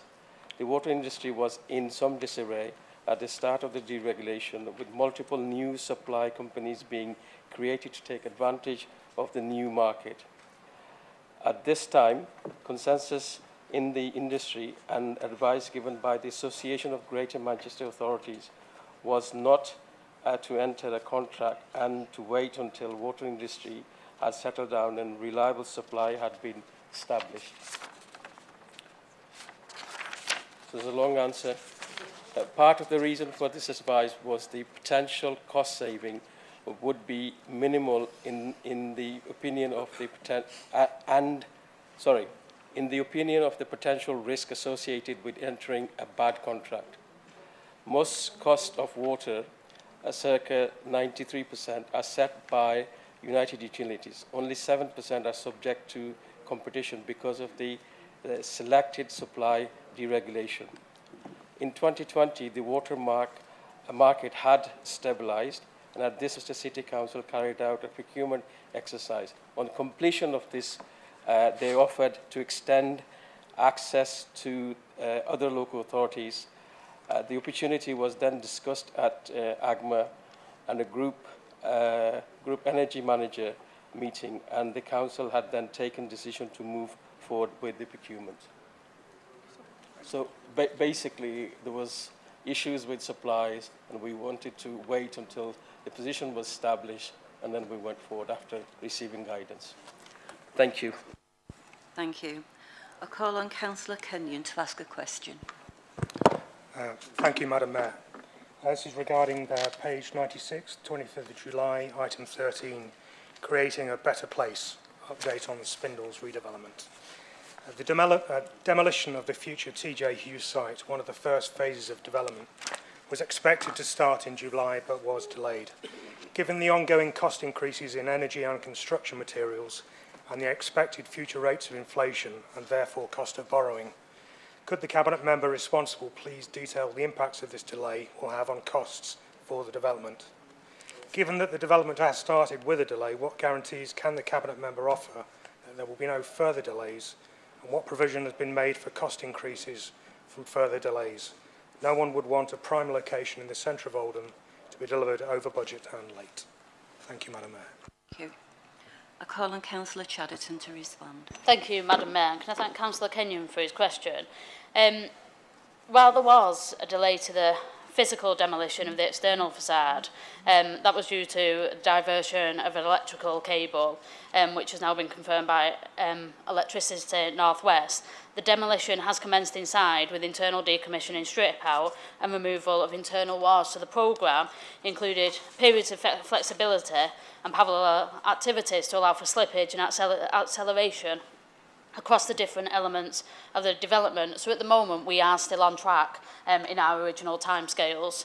The impact of inflation and other financial matters post-COVID and post-Brexit were considered very early by the project team, and therefore the project also continues to be within budget allocation. There is a monthly monitoring meeting regarding this, given, as Councillor Kenyon referenced, this is a high-profile project, and given rising inflation, issues around the supply chain, we are conscious that we may come further down the line and issues may arise. So we are keeping on top of that, a monthly meeting, and this is also was discussed quite robustly at the recent scrutiny committee as well. Thank you, Madam Mayor. Thank you. Is there any more questions? If not, we'll move on to item 9 on the agenda. It's item 9 on the agenda, but before I ask members to speak, can I remind all members there's a 30-minute time limit in this section, with one motion having 3 amendments. I call on Councillor Chatterton to move and Councillor Dubar to second the motion. Thank you, Madam Mayor, and I rise to move the motion. We touched on this previously this evening in relation to Councillor Sykes' comment to me as part of leader questions, and it's in relation to the cost of living crisis. And the reality for many of our residents in Oldham is stark. Whether you measure this in relative terms or absolute terms, there are more children in Oldham living in poverty than any other borough in Greater Manchester. 15.7% of our households are fuel poor and at high risk from rising energy prices. And this is the second highest figure across GM. And we all know that unemployment rate in Oldham is higher than the national average across England. Oldhamers are struggling at the minute. Inflation is at the highest point in a generation and continuing to rise and set to into the new year. There are also rising prices at the supermarket and the petrol pump, and also issues around people's energy bills have gone up. One family making the choice between feeding their children and heating their home is one too many. One elderly person sat on their own in the cold is one too many, and one care leaver trying to make their own way in life but worried about falling into future debt is one too many. The Council needs to be honest about the nature of the task we are faced with, but also be ambitious in our response. This cost of living crisis is an emergency. It represents a very real threat to the way of life for many people in Oldham. But don't just take my word for it. Listen to some of the things that our residents have told our engagement team who are out door knocking every single day, Madam Mayor. One resident was a pensioner who told our teams in March that they cannot afford to put the heating on, that their savings have all gone and they're now getting into debt. Another person was a single parent to a toddler who was struggling to afford clothes for their little one, and it got to the point where they were embarrassed to send their toddler to nursery because their toddler was always in the same clothes. And another resident told our team that had their last slice of bread the night before and they had no more money for the rest of the week. They told our team that they were literally choosing between heating and eating. And those are actual stories in Oldham in 2022, that people live like that. And for a lot of us in this chamber, we don't live like that, but we knock on those people's doors and we see that poverty. And appalling the way that some people are forced to live at the moment, and this is only going to get worse over the coming months. And thankfully, we do have our engagement team.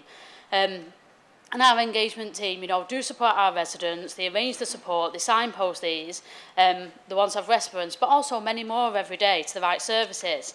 And I'm not saying this like to, you know, for some kind of pat on the back or to say how wonderful our engagement teams are, but they are wonderful and they do a great job. But I'm saying this and I'm raising this because these are our residents, these are the people that elected us to this job, and these are the people, you know, who we serve day in, day out as leaders of this town. And we must act on this, and we must do something for them, Madam Mayor. While the government has been nowhere to see for the past 2 months, the two candidates for Prime Minister have been in a protracted race to the bottom, it feels like. People are struggling and people have been looking for leadership. And Oldham Council will step up and we will show that leadership, and over the coming weeks we are going to announce what we will do in response to the cost of living crisis. I do welcome the fact that we have a new Prime Minister. Given the Conservative government has presided over a decade of austerity, decline and pushing more and more children in poverty, I remain to be convinced that the new PM will meet the scale of emergency before us. Thank you, Madam Mayor. Thank you, Councillor Chadderton. I call upon Councillor Jabbar to second the motion. Thank you, Madam Mayor. I find myself wholeheartedly agreeing with the leader in terms of what she said in her speech. I'll try not to repeat everything what she said, Madam Mayor, but we all know the reality of the situation here in Oldham. You know, many people are really struggling to survive because of the increase in inflation, but mainly because of the increase in energy cost. I've been talking to lots of residents in my ward, Madam Mayor, and you know, things are really hard. And you know, sadly it seems it's about to get even more worse. And can I share with you, Madam Mayor, a story about a resident that I spoke to recently. She's a single mother with 2 kids, and with a monthly income from her benefit, £1,013. That's everything. Her energy cost was, before the increase, £130, and now it's increased to £240. A massive increase of £110 per month. And you know, this has a very significant difference in their disposable income for that family. And you know, the support that the government is given through the energy rebate is nowhere near enough to cover for the additional cost she's facing through the increase in her energy bill. And on top of that, you got the increase in food and other essentials, and she's genuinely struggling. And I try to provide her with some support that we can offer, but ultimately, Madam Mayor, there's a real reduction in her household income because of the additional cost, mainly through energy. Now, Madam Mayor, just look at this for a moment. How did we find ourselves in this position? We found in this decision because the Conservative government deliberately chose to not replace the gas storage facility that we had. They cut back on investment in insulating homes. And what they're doing, and the new Prime Minister repeated this, Madam Mayor, is that they're not prepared to put windfall tax on the massive profit these energy companies are making at this very difficult times. So it's unbelievable that this government has protected the profit of energy companies, and Liz Truss has indicated that she has no intention of bringing a windfall tax. This government has so far not provided adequate support to people who are really struggling. And as I said, I've given you an example of my constituents earlier. We know that nationally, Labour Party has proposed to freeze energy prices for families this winter. It will use windfall tax on energy companies' profit. Our policy is very clear, Madam Mayor. We're told that the new Prime Minister is going to make an announcement of package of support. Well, we'll have to see what they are going to be saying. But I just hope that it's something sensible and something reasonable that people who are genuinely struggle can benefit from. In Oldham, we'll do whatever we can to support people who need our support in this real, genuinely challenging time. We know that many times people come to us for support. And during the COVID period, Madam Mayor, Oldham Council stood up and provided frontline services to help many people during the crisis. And we hope that this time again, in any way that we can, we'll be there to support people. But at this time of national crisis, we need our central government to give us the appropriate funding so that we can support struggling families. Thank you. Thank you, Madam Mayor. There is an amendment, and I call on Councillor Quigg to move and Councillor Sharp to second. Thank you, Madam Mayor. I'm not going to sugarcoat it. It is a very, very difficult time for everybody, regardless of income and where you live. Because if you look at the price of gas, commodities, whether it's wheat, grain, etc., all have gone up. And the gas prices in particular have gone up 635% across Europe since this time last year. But within the motion, there is no mention of why that's happened. And let's be clear, that's happened because of an invasion by the Russian Federation to the Republic of Ukraine, which by any stretch of the imagination is an illegal annexation of sovereign territory of another nation. Whether we like it or not, we have become over-dependent on foreign gas from despots and dictators instead of looking to secure energy independence at home. And that's because of all the motions that you've been putting down in the past, whether it's climate emergency, green levies for this, green levies for that. It's all coming home to roost because at the end of the day, this rush to net zero has no in-between point. And that means that we're now in this position where when the wind doesn't blow, the turbines don't turn. If the sun doesn't shine, the sun doesn't produce electricity. And that means it costs money. And it costs a vast amount of money to fund. It costs higher taxes, more money out of the bills. And for example, green levies cost £400 per household each year. That's at the moment, and that's before any other rise. So it should be welcome that we should be looking to scrap these green levies, and it should be putting money back in people's pockets to try and cushion some of the absolute disgusting behaviour that's come from Russia, and it's holding to ransom of the Western Europe in particular, where cold weather requires more gas and requires further heating. But closer to home, let's look at what this council has done. Constantly increased council tax, constantly increased the levy by the mayor. Mr Burnham's always too keen to front all these wonderful schemes, but he doesn't tell you how you pay for them. He always pays for them with higher council tax. But of course, there's always the icing on the cake, which again is always the point where these green levies cost more money for schemes such as the CAS tax, which has been mentioned earlier tonight. But also the point being is that it's impacting families at the bottom end, because people who start out for work, who've got a new van or it's a mid-range van, will be hit with a tax. And that was your policy.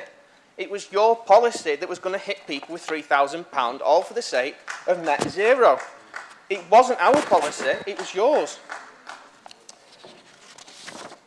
And at the end of the day, Madam Mayor, we can either talk it's always government's fault, or we can look to try and do something in this chamber. And this is where the action is, and this is where the power lies. And the power lies with you, Councillor Jabbar. When you keep putting up council tax, that's money out of people's pockets.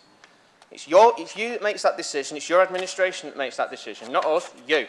And the point is that people in this borough can see that you are causing a financial pain through the things that you can control.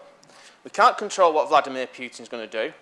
We can't control what the international gas price is going to do because of various matters that involve financial markets, financial instruments. But at the end of the day, we should be looking at what we can do here tonight. And sadly, this motion, which has had to be amended by myself, does not lay any blame except somewhere about an emergency. Well, we're going to have a budget hopefully tomorrow, a financial instrument, whatever you want to call it. And let's hope that some policies do come forward, and let's hope that we do get some help for residents, because that's what matters. Councillor Quigg. Thank you, Madam Mayor. Thank you. Point of order, Madam Mayor. I've been referenced a few times. I'd like to come back there if it's possible, please. afterwards, put your name up to speak. Yeah. Councillor Sharp. Yeah. Councillor Sharp. Thank you, Madam Mayor. I rise to second the amendment as printed and will speak very briefly to it. This is a truthful amendment. It's not designed to rewrite and change the original officer-written motion, but to put forward other contributing factors which are at play in the current climate. It suits the Labour administration to whip up tension and bash the government, whilst failing to acknowledge the part that they've played over the last 40 or so years of running the borough into the ground and ensuring we are unprepared to face challenges. Oldham is a poor borough. I see this every day in my own ward, and I acknowledge that more does need to be done by this administration to help struggling families. But in all honesty, is it the best the Labour administration can come up with to support Oldhamers to suggest that holiday activities need to be more ambitious and a cost of living summit to help develop ideas? So please tell us, how are these going to affect and support the day-to-day lives of Oldhamers? As always, there is no mention of the help the Conservative government is already providing to families. £400 to every single household to help with energy costs, 650 cost of living payments for those on means-tested benefits, plus a 150 disability cost of living payment, and £300 winter fuel payment for pensioners, all of which has been listed in detail in the amendment. The new Prime Minister has already made it clear previously and reiterated today at Prime Minister's questions that more needs to be done, and I do look forward to seeing the support package tomorrow in more detail. However, more locally, let's not forget the election promise this Labour administration made to pay every household £600 to help with energy bills. That seems to have disappeared. The administration need to commit tonight to not increase council tax this year, because in case they've forgotten, we already pay one of the highest in Greater Manchester.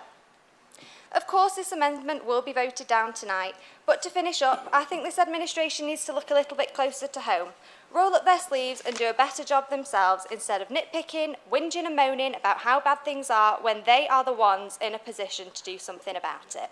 Thank you. Move to the vote, Madam Mayor. Move to the vote. I think Councillor Jabbar has got a point of personal explanation to make. Can we move to the vote? Yeah. Thank you, Madam Mayor. So I was accused of putting the council tax up, and I'm responsible for this. So unfortunately, you know, some people in this chamber, they have a very selected understanding of local government finance, and they just pick the point which seems popular. But here's the issue. Eric Pickle, the Secretary of State, who was responsible for government, introduced a cash freeze grant for councils across the country not to increase the council tax. So we were given money not to increase council tax, so we were able to provide key services with that money. Now, recently, Madam Mayor, successive Tory government has allowed what they call corresponding power. Point of order, Madam Mayor. I thought it was to explain his personal situation. I am explaining it, because I was asked, I was repeatedly accused of increasing the council tax, and there's an explanation needed. This current government has produced a corresponding power for local government, and within that, they're allowing a 5% increase in council tax. And by cutting the grants. Now, Madam Mayor, you might remember, as part of the contest for the leadership, Rishi Sunak actually said, really, how long is it? Point of order, Madam Mayor. Money away. He was proud of taking money Point of order, away Madam from Mayor. the private authorities like Oldham, and Point of order, Madam Mayor. And give the money to Tory councils. That's the reason, Madam Mayor, we had to increase the council tax in Oldham, because we endured the 6 biggest cuts in Oldham. A point of order has been made by Councillor Barnes. Councillor Barnes, please make your point of order. Thank you. Maybe it's about time Councillor Jabbar stopped ranting and stuck to the point. All we've heard from him is a rant attacking the government. He's responsible. That isn't a point of order. That's not a point of order, Councillor Barnes. Councillor Oldham. Yeah, I think mine might be a point of order, Madam Mayor. People have received ASBOs for pointing and shouting in this chamber. I hope that's going to be sent to Mr Jabbar now. That's not a point of order either. Right, the leader has moved that we go straight to the vote. Did that have the approval? Madam Mayor. Is that seconded? Is that seconded, yeah? Right, we go straight to the vote then. No.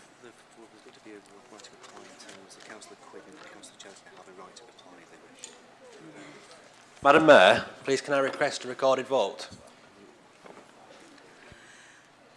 Right.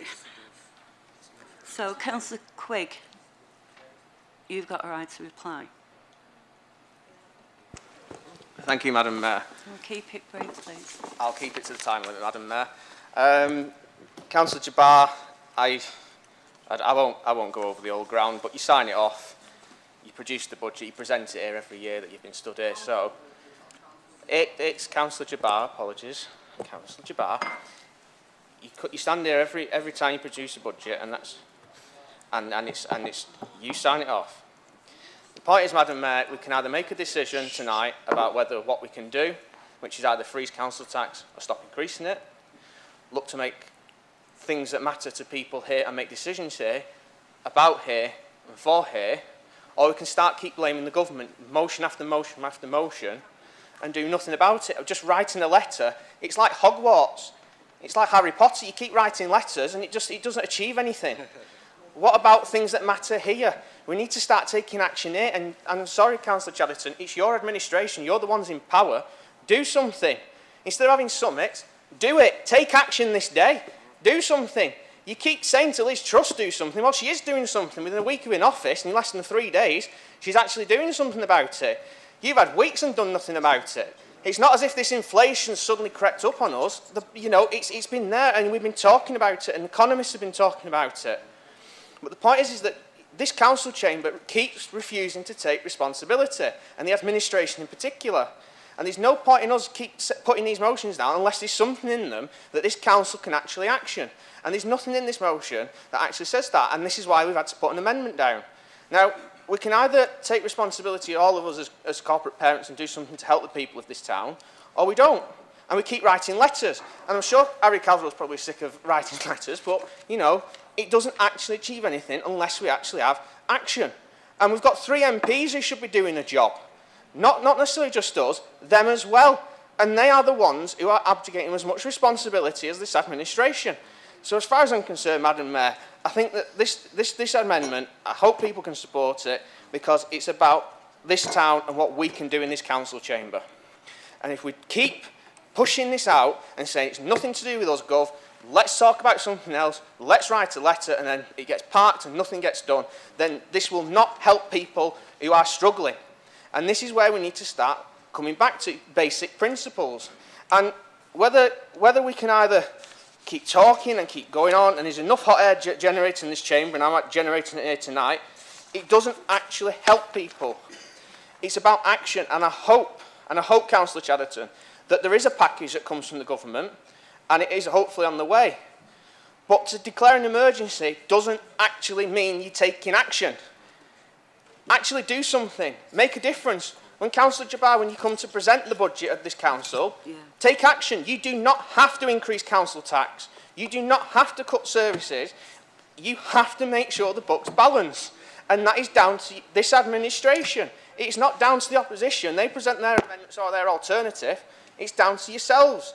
And there is a complete lack of responsibility. And it just will not help the people of this town if we keep putting council tax up, the thing that we can control. And if we do not do something now, then we'll be here again next month talking about the same thing. Thank you, Madam Mayor. Thank you, Councillor Chatterton. Just to reply. Thanks, Madam Mayor. I mean, the absolute irony of Councillor Sharp, a Conservative Party politician, accusing us on this side of whipping up division, when all Councillor Sharp and her group have done over the past 4 months is absolutely whip up division in this town. Sometimes it's like going through the looking glass in here. The reality is, and the Conservatives talk about the invasion of the Ukraine by Russia, and all of us are horrified by what goes on and what Russia have done to those poor people in Ukraine and what they've devastated that country. But we only get 6% of our gas from Russia. 6% of our gas, and we've got the highest gas prices in Western Europe. So that tells you a story, doesn't it? Choices have been made over recent years, and that is why it's gone up as it has. And now, Councillor Quiz said Liz Truss is doing something. But she hasn't announced anything. I assume it is going to come tomorrow. It's not going to be a budget, is it? But I assume it will be an announcement. But unless she puts a windfall tax on those energy companies, all it is a loan Yep. So she may freeze our energy prices for 6 months or whatever she chooses to do as new Prime Minister, but the reality is the likes of Shell and other energy companies earn billions and billions and billions of pounds every single year in profit, and they should have a windfall tax on them. And if the Conservative government choose not to do it, then all that is a loan. And the same with the £400. Councillor Sharp talks as though it's a gift. It's not a gift. We've got to pay it back in our future bills. These are loans that are given to us. I do agree partially with Councillor Quigg on council tax. Council tax is a fundamentally unfair system that is not fit for purpose in the modern day. It is not right that in Oldham we have such high levels of poverty and deprivation, but yet our council tax is vastly higher than leafy constituencies of Hampshire and Gloucestershire and other areas. And it's not because we can increase it. And do you know what? We have to increase it, because we do not get the level of money that we did. We've lost nearly 50% of our revenue budget. And if I was to stand here today and commit to a council tax freeze, it'd be foolish, and it would be irresponsible, Madam Mayor. We don't know what funding we're going to get from the government in the local government spending review in December. If they cut our budget again, then we will likely have to increase council tax. And the vast majority of council tax, and Councillor McManus raised where it goes before, but the places it goes to is adult and children's social care. So us not increasing council tax affects those services. Because you know what? It doesn't go on the likes of parks and things like that. Environmental services are a tiny part of our budget. It goes on safeguarding. Safeguarding our old people and safeguarding our kids. And it'd be irresponsible for me to now to commit to that. Because if we don't do it, that has to come out elsewhere. And there's some really difficult choices that have got to be made. But the reality is, it's a Conservative Party government that have overseen deprivation in this country to a level we haven't seen probably since before the First or Second World War, Madam Mayor. And that's not because of me, that's because of ideological choices that are made by a very, very right-wing Conservative Party government. Thank you, Madam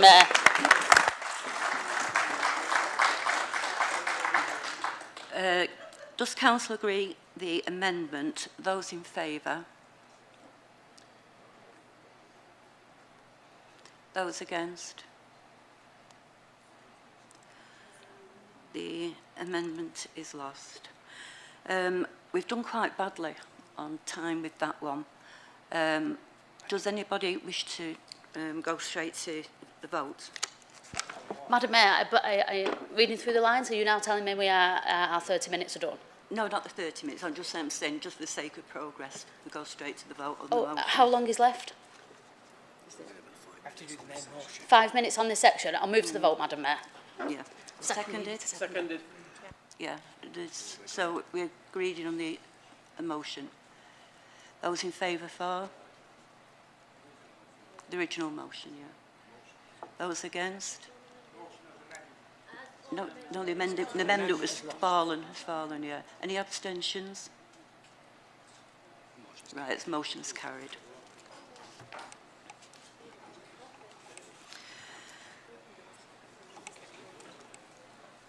Right, so we go on to motion 2.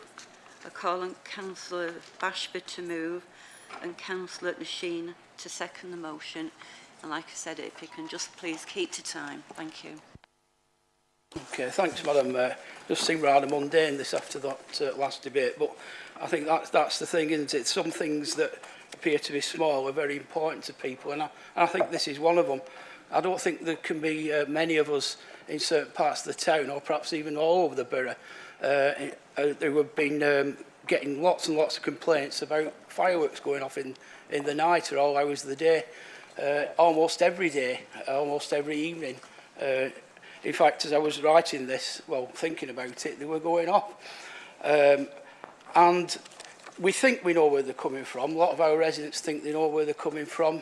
We've actually been out. In fact, I've had late night discussions with Councillor Stretton when these things have been going off, attempting to pinpoint them and going out in the car. I know Amanda, Councillor Chadderton, actually went out in the middle of the night one night onto Clayton Plainfields to try and find out where these things were coming from. But the trouble with them is that once somebody sneaks out in the night and sets them off, they're gone and you can't find them. So unless we had somebody on every street corner waiting to find them. We're going to be very difficult to track these down. But we can't just say, well, because we can't find them, we can't do anything. As a council, as councillors, we're all probably very well briefed on what the law is around the purchase and the selling of fireworks, and indeed what you can set them off and the various types of fireworks. But those laws that govern that are just not working. I mean, you just need to dip on the internet, go do it now, and you'll be able to buy boxes of industrial grade fireworks and have them sent straight to your house without any checks on why you're using them, or how old you are, or anything like that. So you can actually just pick these things up ad hoc, and people are doing, and they're setting them off in the middle of the night. I mean, no properly organised firework displays are great. I think we all like them. But people just setting them off ad hoc is just not accepted now. We need to do something about it. But we also need to be realistic about this as well, because as I've just said, unless we have a council officer on every corner or a police officer on every corner, because at the end of the day, unfortunately, it's the police that will need to take legal action, then we're struggling. But this motion does suggest a few things that we can do as a council, and that we might be able to help with the to help stop these things being sold as they are at the moment. We can also look at how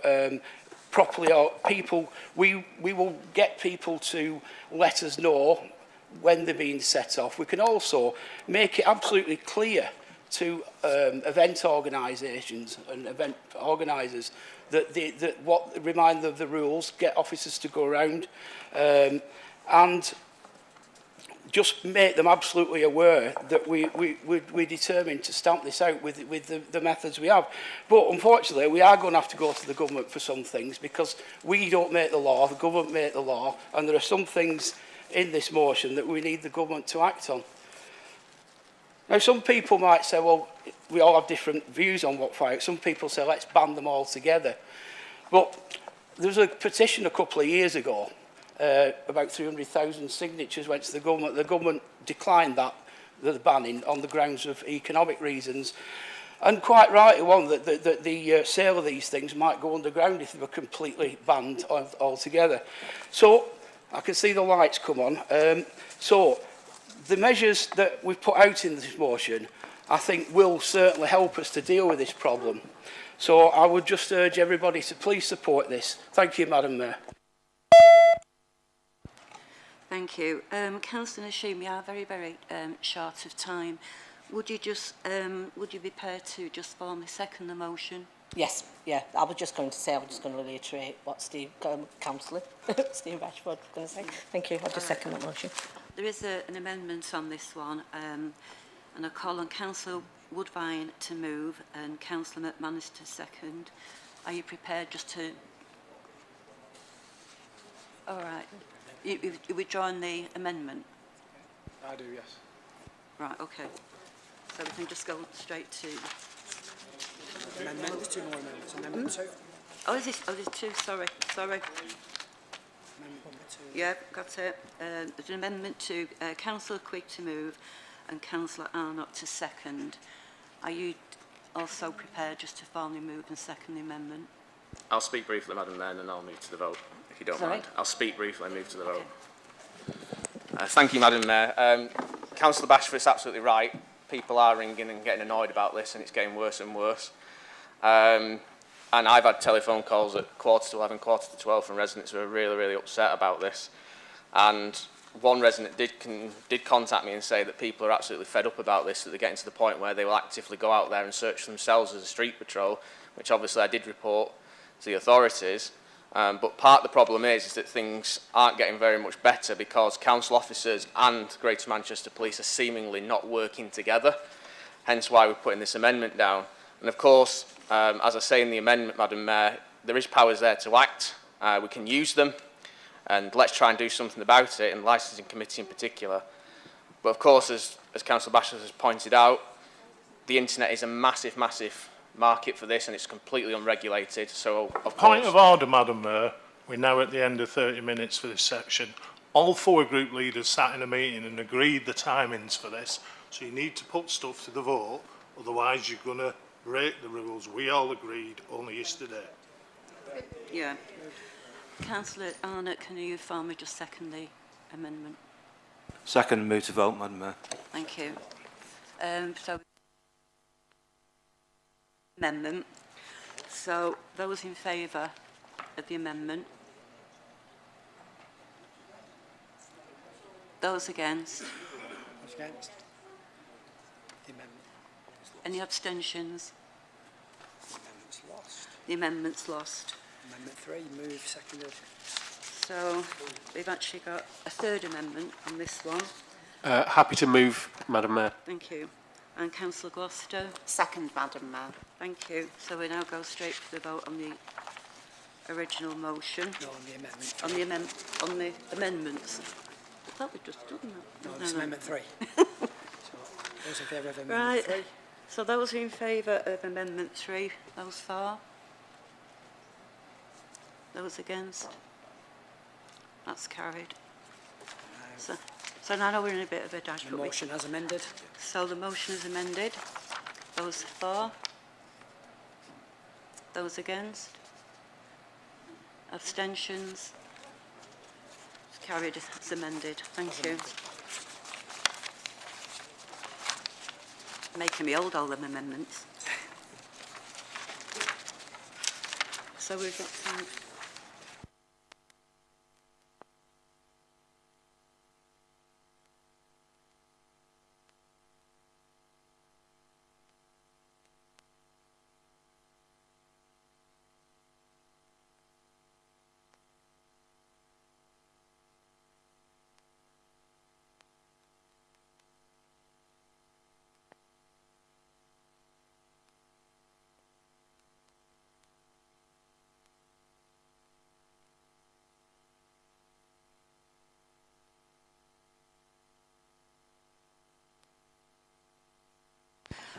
Right, thank you for that, everyone. We're now on to item 10 on the agenda.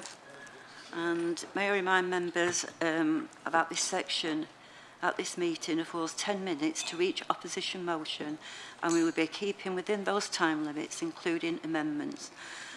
I call on Councillor Byrne to move and Councillor Woodbine to second the motion.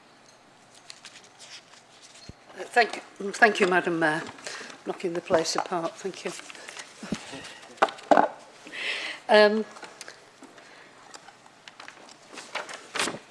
The opposition motion is that can this council be brave? Can this council do something itself?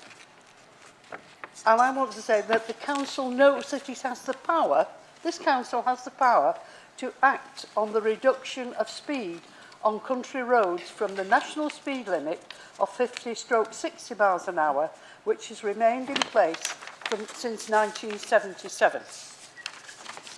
I want the council to note that the dangers of rural driving are 10 times more people die on rural roads than on motorways. It's twice as likely for motorcyclists to be killed on a rural road than an urban one. It is 3 times more likely for cyclists to be killed on a rural road than an urban one. Last year, 66 horses died and 129 were injured, the British Horse Society said.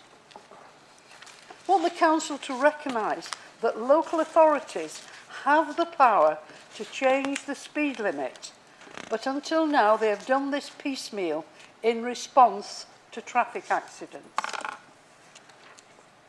The 60 mile an hour default limit is inappropriate for most minor rural roads, and those attempting to speed on narrow and winding lanes at this speed is reckless.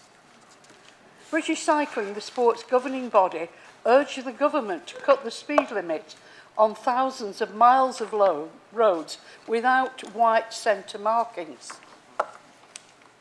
The council recognised that more houses are being built in Oldham for families, and many are in semi-rural areas on brownfield sites. And the safety is needed for the children who need to navigate these roads to schools and buses. Many of these roads without any footpaths. A petition was recently presented to Democratic Service for just this in my Saddleworth North ward. I want Council to resolve to exercise its own power, Oldham Council's power, to change these particular speed limits to more realistic speeds for the time we now live in. Thank you, Madam Mayor. Thank you. Councillor Woodbine. Thank you, Madam Mayor. I rise to second this and start by saying that the Labour administration amendment has no relation to the motion itself, which is specifically about the rural roads in Oldham, most of which are admittedly in the civil parish of Saddleworth. Many roads come to mind when I consider the contents and intentions of this motion. I spend most of my time as a councillor challenging the substandard responses I receive from officers regarding situations which residents consider serious and which they are always quick to dismiss. Sometimes, just sometimes, I can overcome this and convince the officers to do what they otherwise said was impossible. This motion aims to address the situation on specific highways in the borough, which are currently national, and reduce the speed limit on them to ensure the safety of all users, from cyclists to equestrians, from motorists to pedestrians.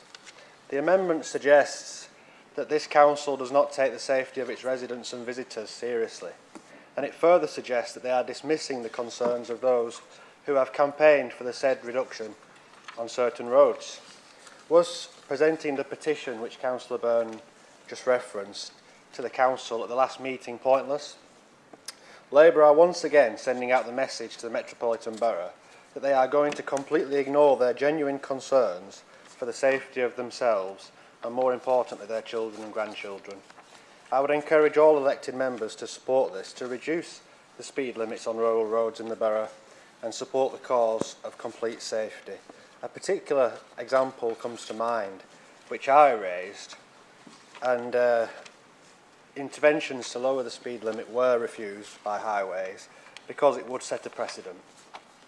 That is not good enough, Madam Mayor. Thank you. There's an amendment on this one, and I call on Councillor Bashford to move and Councillor Pythian to second. And they are conscious of time. Thanks, Madam Mayor. Yeah. Councillor Byrne, this is, you know, we can't disagree with the problems with speeding, but I think speeding on a rural road can't be isolated from speeding for the roads that lead to it and lead from it and come into the urban areas. And as every one of us knows, it's a massive problem at the moment. I really don't understand what's going on in people's minds, because some of the roads, you hear it said they're like racetracks, but I'll tell you they are. And a lot of these roads have got 20-mile-an-hour speed limits on them, 30. People know what the speed limits are, and people ought to be taking this a bit more responsibly. But again, this is one of these situations where we could reduce the speed limit on every single road in the borough. That won't solve the problem, because how on earth are we going to enforce it? We've hardly any police to enforce it. Things like speed cameras have to go through rigorous criteria from the Department of Transport. I understand they are reviewing that, but I don't know what the results are yet. We can't put speed humps on every road, particularly the main roads, and a lot of people don't like it. So I think we could dare to be brave, but really we need to dare to be wise about something like this. And cutting the speed limits by themselves will not solve what is an horrendous, dangerous problem. And I fully agree with you, and they take this very seriously. But I think it's a case of saying, well, cut the speed limits, that's the problem solved. And it isn't. We need to look at this in the round. And it can't just be rural roads, it needs to be all roads, because they all lead to each other. So I think while it's very well-meaning motion, I don't think it's practical, and it's something where we could put this into motion, not do anything about it, and you know, it wouldn't help anybody there. So that's why we put this amendment in. So mindful of time, Madam Mayor, thank you. Councillor C. Pythian to second. Please keep it brief, please. Can I just second that, please, Madam Mayor? Thank you, appreciated.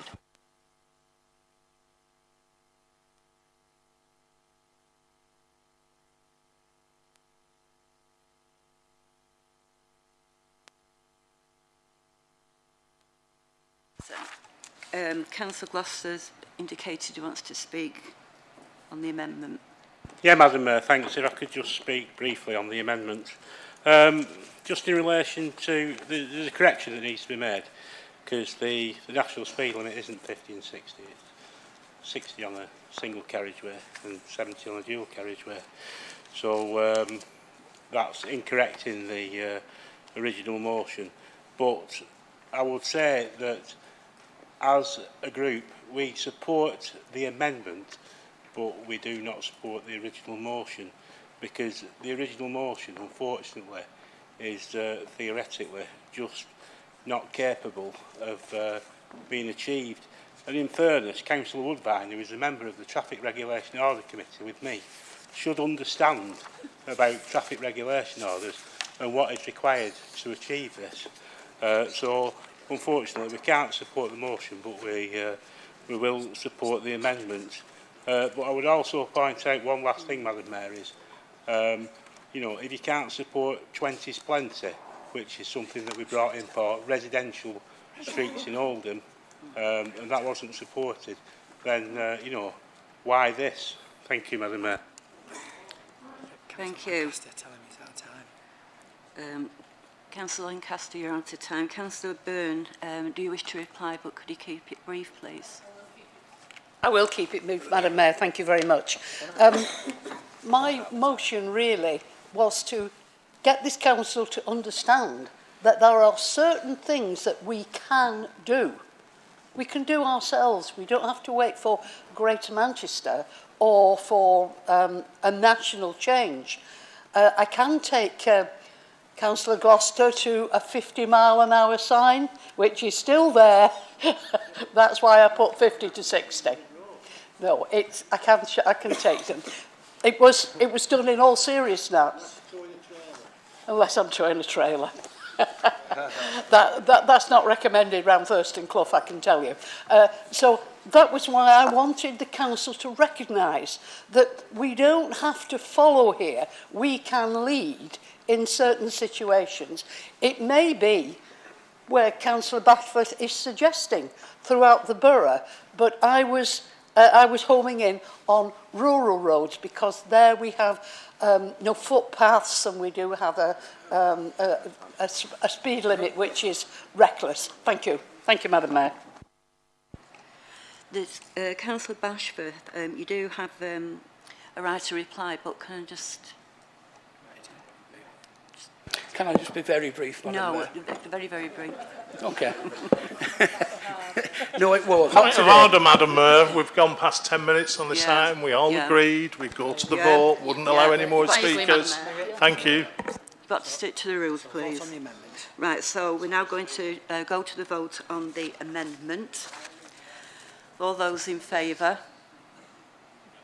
The amendment. Amendment, yeah. Those against? Abstentions? Amendment's carried. So the amendment's carried. So straight to the vote. So we're going straight to the vote on this. So we're going to vote on the motion as amended. Those in favour for? Those against? Any abstentions? So the motion as amended has been carried. Thank you.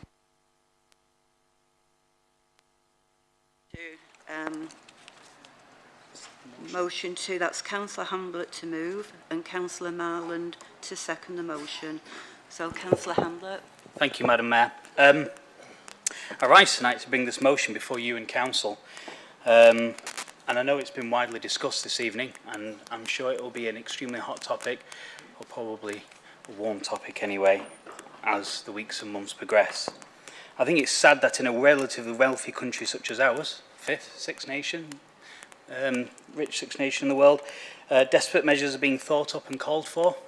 Madam Mayor, we do have a duty of care to our residents and to ensure warmth and food is given.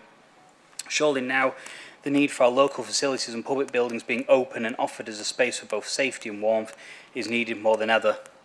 To think in the 21st century daytime, television programmes and game shows are offering to pay people's energy bills as a prize. So you just watched this morning.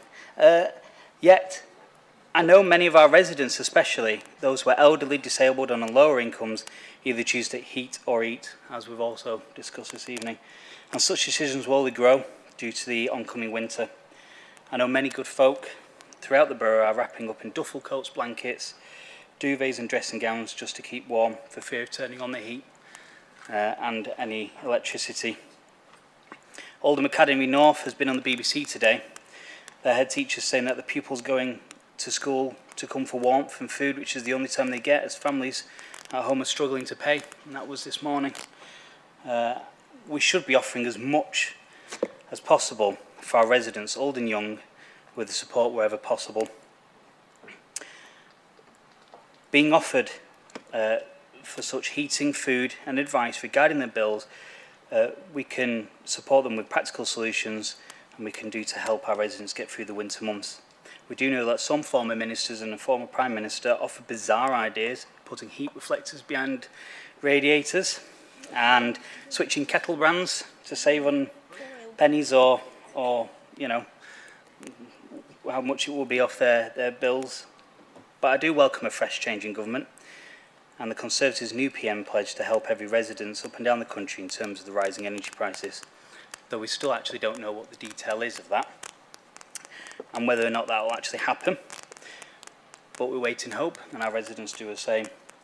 How about them actually offering to support to lower the cost of bills by charging the companies with eye-watering profits, and we can make a real change to our residents to ensure that council buildings are open and provide warmth, welcome and advice to those who visit. I hope the council supports this motion unamended. Thank you. Thank you. Councillor Marland to second. Thank you, Madam Mayor. We must give the children of this borough the resources to thrive and not leave them to struggle or be hungry. Instead of investing to ensure that families have adequate support to make certain that their children are fed and clothed, the government continue to support the cut on which these families so heavily rely. So the proposed school meals funding cut will directly impact these children, some of which may already be at an economic and educational disadvantage. It is therefore vital that the government reinstates the uplift for universal credit and extends free school meals to all. I recently visited the Oldham Food Bank and saw firsthand the incredible work and support that they give to many hundreds of residents delivering weekly food parcels. And it is great to read so many posters and social media communications issued by this council, which are targeted to help those who really need their help. I'm a regular donor to the food bank, but many people and organisations I work with have never even heard of this charity. So, Madam Mayor, I want to challenge this council to do more for the Oldham Food Bank by asking for help from those who can either volunteer their time, support financially or donate food. We should be asking residents to give a donation of their time or funds, or even just buy a couple of extra food items in their weekly shop. But sadly, I never see this type of communication or request issued by the council. This council should be widely advertising where the existing collection cages are located and on what food items are needed most. And this could easily be achieved through advertising campaigns, Oldham Community Radio, via the I Love Oldham Facebook page, and by more resources and information which can be shared as ward councillors. Also, the council should implement a salary sacrifice scheme so staff could financially assist, and the food bank would have more available funds. You could also ensure that all council offices, places of work and libraries have a food collection cage, so when you pop out to get your own provisions or on a break from work, people can purchase a couple of extra items to help those in need. So we've talked so far many times about heat or eat, and many residents are facing that harsh reality. But the council should be actually doing more in terms of action to resolve this dilemma. The nights are darker and the weather is getting colder, so now it is the time to communicate to residents that warm banks are open and available for use. By extending the opening hours of libraries and allowing community centres to open their doors, everyone in our borough should have a warm place to go to. But not just town centre locations or locations where there is a library, but in every district and in every village in the borough. Everyone who needs to use these places will not want to walk or travel miles to get to a warm place. They will want them in their neighbourhood, at a familiar place that they know and where they will meet with other members of their own community. So, Madam Mayor, it is vital that this council takes action today to do more to meet the residents' needs for food and warmth. So please can I request that this motion is supported and is unamended. Thank you. There's another amendment on this motion now, and it's Councillor Alias to move and Councillor Birch to second. And if I could advise you both that you've got less than a minute to do it. Thank you. Thank you, Madam Mayor. I agree with most of what is included in this motion and would like to propose a couple of minor amendments. Just want to say that this amendment seeks to recognise that the Labour administration is already making preparations for warm banks or warm places as winter approaches and as energy bills skyrocket. We've been working on plans to ensure Oldham Borough residents, especially most vulnerable and elderly, have a warm place to go to, and they're put in touch with relevant people or organisations who can help them with their financial issues. Madam Mayor, I'm in total agreement that no one should go cold or hungry in the 21st century. And to do this, we're working with our partners in voluntary and community sectors to make sure our plans maximise benefits for our most vulnerable residents. Councillor Alias, you've had your minute. Thank you. Thank you. Councillor Birch. Seconded, Madam Mayor. Thank you. Appreciated.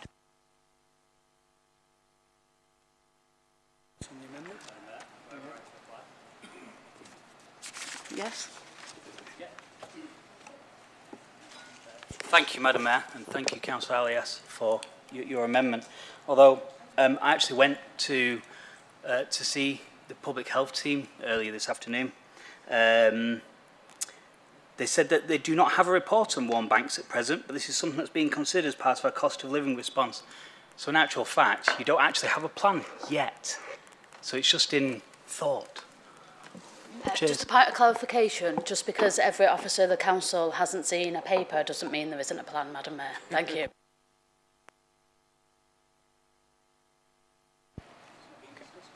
Are you done? Yeah. Councillor Alias, you're all right to reply? Or you just want to... It's fine, yeah. That's fine, okay. So... Voting on the amendment. So we're now voting on the amendment. Those in favour? The amendment. Of the amendment? Yeah. Those against? Any abstentions? Carried? Is that carried, the amendment? Yeah. The amendment's been carried. The motion is amended. So we're now voting. Yeah, it's done, yeah, it's fine. So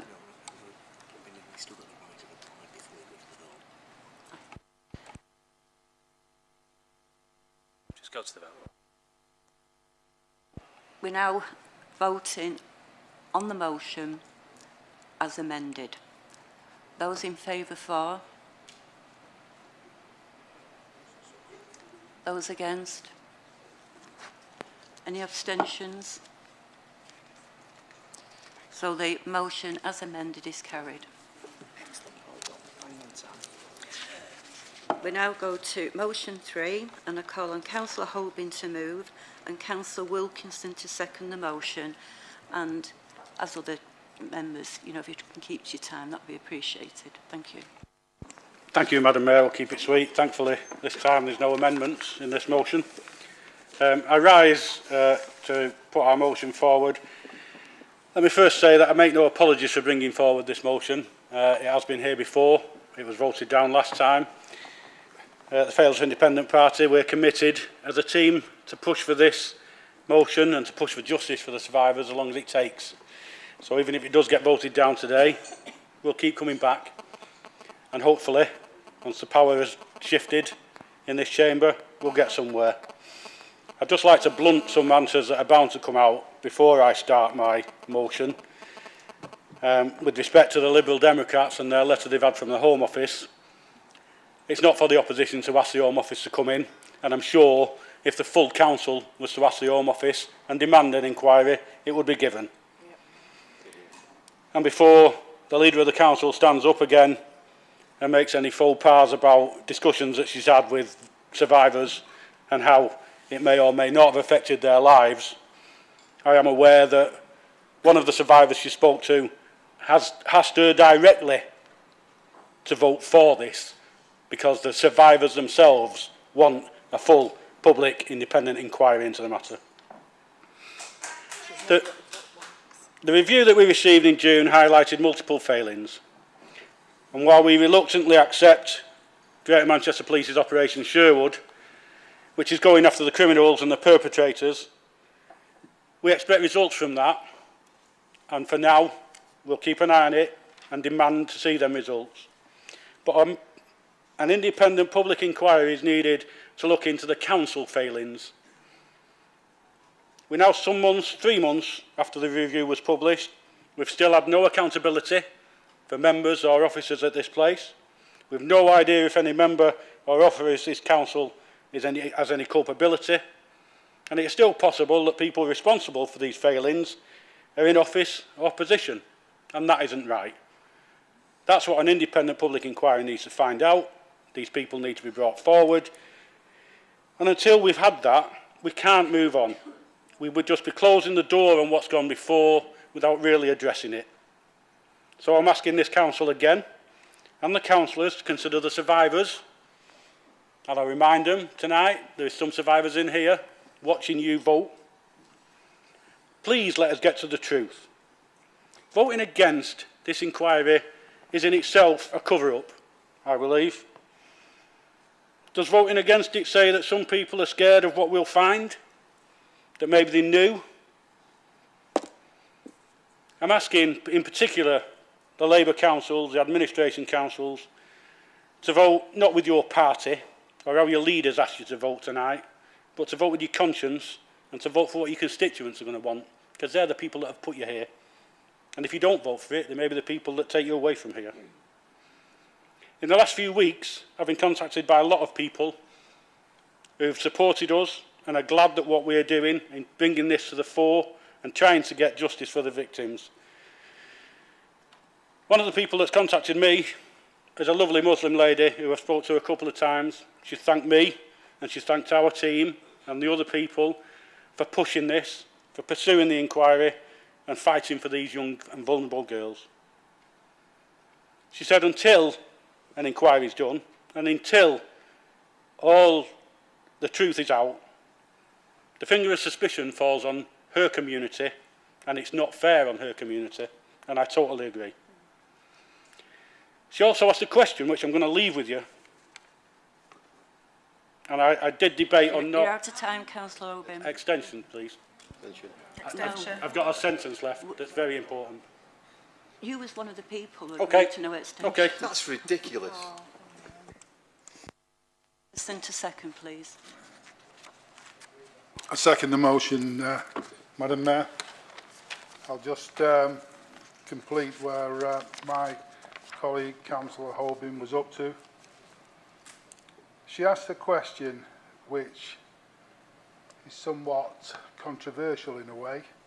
She asked Brian if the demographics were different, swapped over, and it was young Asian girls being groomed and raped by white men, would the situation still be the same? Thank you, Madam Mayor. Right, so that's your contribution, Councillor Wilkinson. Right, thank you. Does any member wish to speak on the motion? Councillor Barnes. Thank you, Madam Mayor. It is now a little over 2 months since the assurance review was published. At that council meeting held on the 27th of June this year, I said the review should not be the end of the matter. It should be the beginning. The review was a damning indictment of the failure of vulnerable children by agencies that were meant to protect them. On the 27th of June, I asked what action would be taken against the police officers who had failed Sophie. I am still awaiting a response to that question from both GMP and Andy Burnham. That simply is not good enough. How can the victims of these abhorrent crimes get anything like justice when this Labour administration, now led by Councillor Chatterton, continue to block all attempts to instigate a public inquiry? And what is far worse is that despite being corporate parents, the Labour councillors in this chamber tonight want the town to move on rather than learn from the lessons of the past. Madam Mayor, I have been a corporate parent since 2005, when I moved into housing with Leeds City Council. I am still a corporate parent today, both as an elected member in this chamber and as an employee of Rochdale Borough-wide Housing. And I might add, there is a groundswell of public opinion in this town calling for a public inquiry. Our Labour councillors sat here tonight so tone deaf that they cannot see it for themselves. For they hear the truth, but they cannot see what it means. The truth of the matter is that the Labour councillors who are sat in this chamber tonight are frit.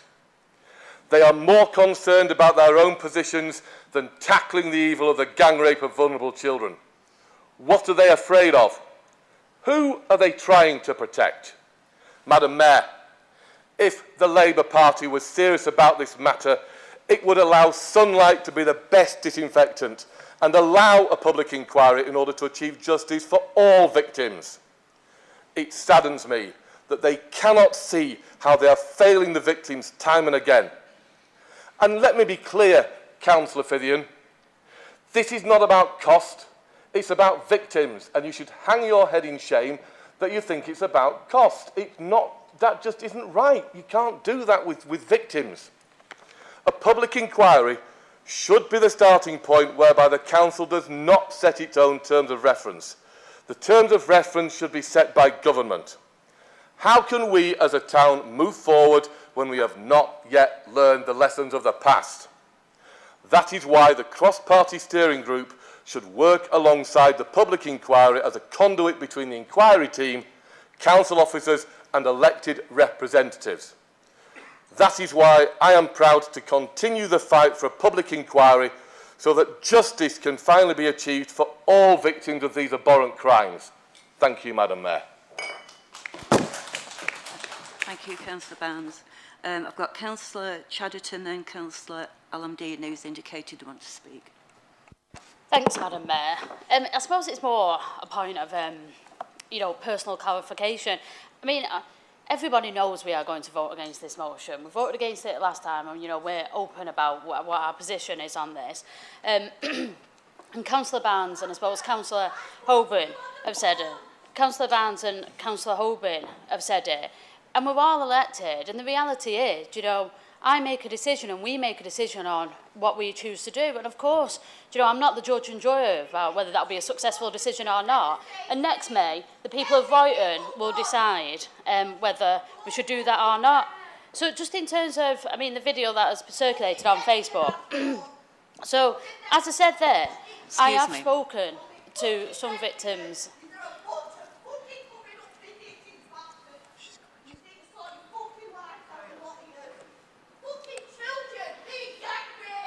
So,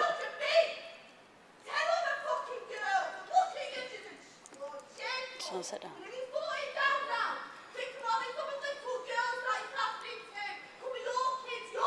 So, the video that circulated, I would never ever try to dismiss those women's experiences. And, I've been really open and honest about both the failings of the council and the failings of the police. And whatever action we take now, we can never ever rectify what happened to those women and those girls. And there's no point during being leader of this council, I've tried to defend something that is indefensible, because you just cannot. But my point at the last meeting was about this is so complex and this can be so nuanced. And about when I said, it's not for me to say that this destroyed their lives. And some victims are survivors, are really open and honest about how they talk very freely about how it destroyed their lives.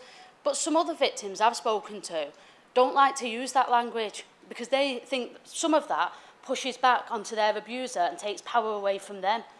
They try to think about how they've moved on, but obviously it's a really, really complex issue with a lot of very, you know, vulnerable and complex individuals who things happen to them that, thankfully, for a lot of us in this room, we never experience and we're never going to experience what they did. But I would never, ever dismiss what happened to them, because what happened to them is beyond the pale. And, you know, people need to be locked up for a very, very long time. And it is a shame on all of us that they weren't locked up at the time. And my reason, and we can't block it. And we can't, and you know, and I know the opposition will say, oh, you can block it. But the reality is, if the government wanted to do it, they would do it. And if they decide, if the new Home Secretary wrote to us tomorrow and said, we're going to launch a public inquiry, we'd say fine and open the doors. And like we did with the independent review, offer up thousands of documents and emails like we did. But do I, as leader of the council, think at the minute that's where we should focus our time and resource? And I don't mean resource by financial resource or anything like that, because whatever it costs to get justice for those victims, then that's what it costs, and there's not, you know, a barrier to that. But I do think our focus has got to be on getting justice for those victims, but also learning from the past. Because what happened to those young women and those girls should never, ever, ever happen to another child in this town or in this country ever, ever again. And it is a stain on all of us that it continues to do so all over.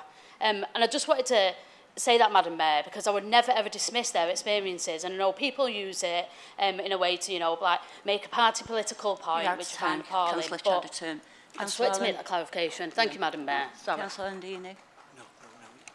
Thank you, Madam Mayor. Just to keep it very quick, I mean, we supported the motion last time and we're still of the same mind. I think there's something that is obviously missing from this motion is the lack of reference to the police as an investigation, their lack of engagement with the review.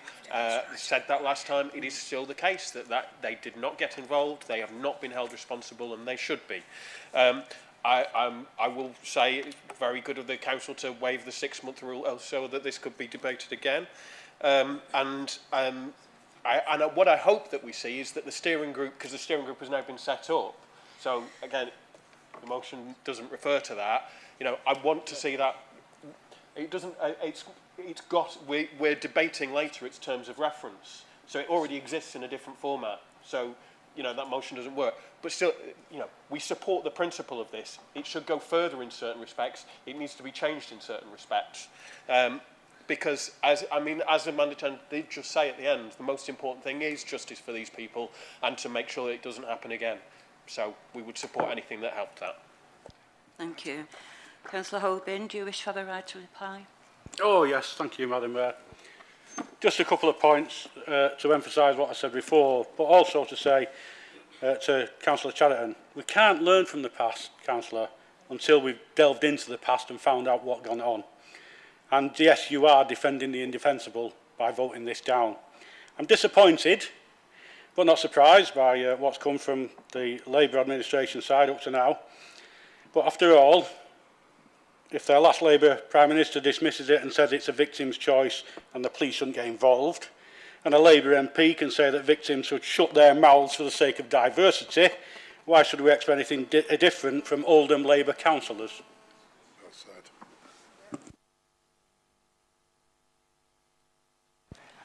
Right, thank you. We're going straight to the vote now. Can we have all those in favour of the motion? Madam Mayor, could I have a recorded vote, please? Sorry, it's late. I meant to ask it then.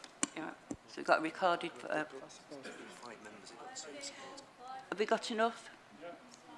1, 2... Right, so we go to a recorded vote. All those in favour? Yeah, recorded vote. I'll do a recorded vote. Right. Okay, so indicate for, against or abstain.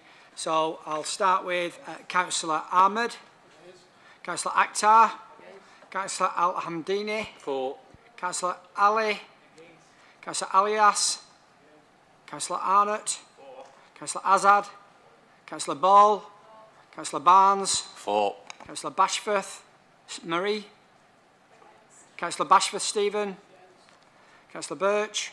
Against. Councillor Brownridge. Councillor Byrne. For. Councillor Chatterton. Councillor Cosgrove. Councillor Dean. Councillor Gloucester Chris. Councillor Gloucester Hazel. For. Councillor Goodwin. Councillor Hamlet. For. Councillor Harrison. Councillor Hindle. For. Councillor Holbein. For. Councillor Hume. Councillor Hussain Aftab. Councillor Hussain Fida. Councillor Hussain Sajad. Councillor Ibrahim. Councillor Iqbal, Councillor Jabbar. Councillor Kenyon.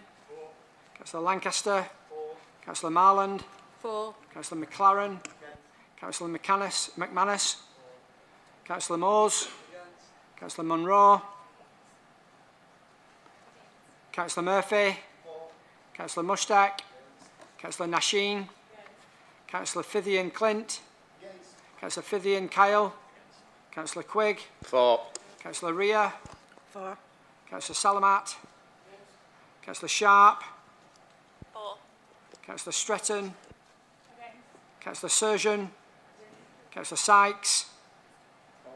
Councillor Taylor. Councillor Wilkinson. For. Councillor Williams. Councillor Williamson. Councillor Woodvine. For. And Councillor Gary. Against.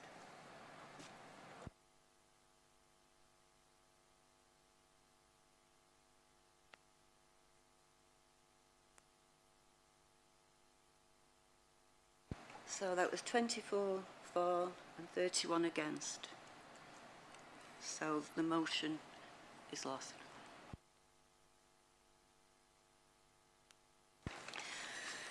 We now move on to item 11, is the update and actions from Council. I call on Councillor Chatterton to move and Councillor Lancaster to second the report. Move, Madam Mayor. Second, Madam Mayor. Does any member wish to speak? Sam. Thank you, Madam Mayor. It's just something that's not included in the report as it is presented, but we are one council meeting away from it being 3 years since we passed the motion on the white ribbon, and I know there are other white ribbon ambassadors in the room. It's the process of getting the accreditation is a 3-year one. So it was to make sure that this was addressed in the next motion, or if there is any other information available now on how close we are to accreditation, could we have it? Thank you. Thank you. Thanks, Councillor Hamdani. I do not know is the honest answer, but I will come back to you. I can't believe it's been 3 years either. Thank you. Okay. Does Council agree the recommendations as detailed in the report? Thank you. Go on to item 12, the corporate plan 2022 to 27.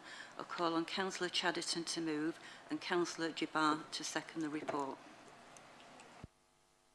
Thank you, Madam Mayor. And I'll be moving but also speaking on the report as well, because quite a significant report, Madam Mayor. The corporate plan is 2022 to 2027, so our 5-year plan. Between that and our future Oldham, they set out Oldham Council will maximise our resources and efforts to make Oldham the best place possible for our residents. The corporate plan sets out 5 key policy areas which have been identified through extensive consultation with key partners and stakeholders across Oldham. Those 5 areas are, firstly, healthy, safe and well-supported residents. Second, a great start and skills for life. Third, better jobs and dynamic businesses. Fourth, quality homes for everyone. And lastly, a clean and green future. This plan places a heavy emphasis on one of my priorities as leader and something that I know from talking with residents matters to every single person in our town, and that's a focus on children and young people. Adopting this corporate plan will ensure that all decisions, policies and strategies that Oldham Council produces over the next 5 years focus on creating the best possible outcome for children and young people in our borough, as well as acknowledging the current and future challenges the cost of living crisis presents to us as a council and how services across the council will be improved so that residents have a better experience when they deal with us as an organisation.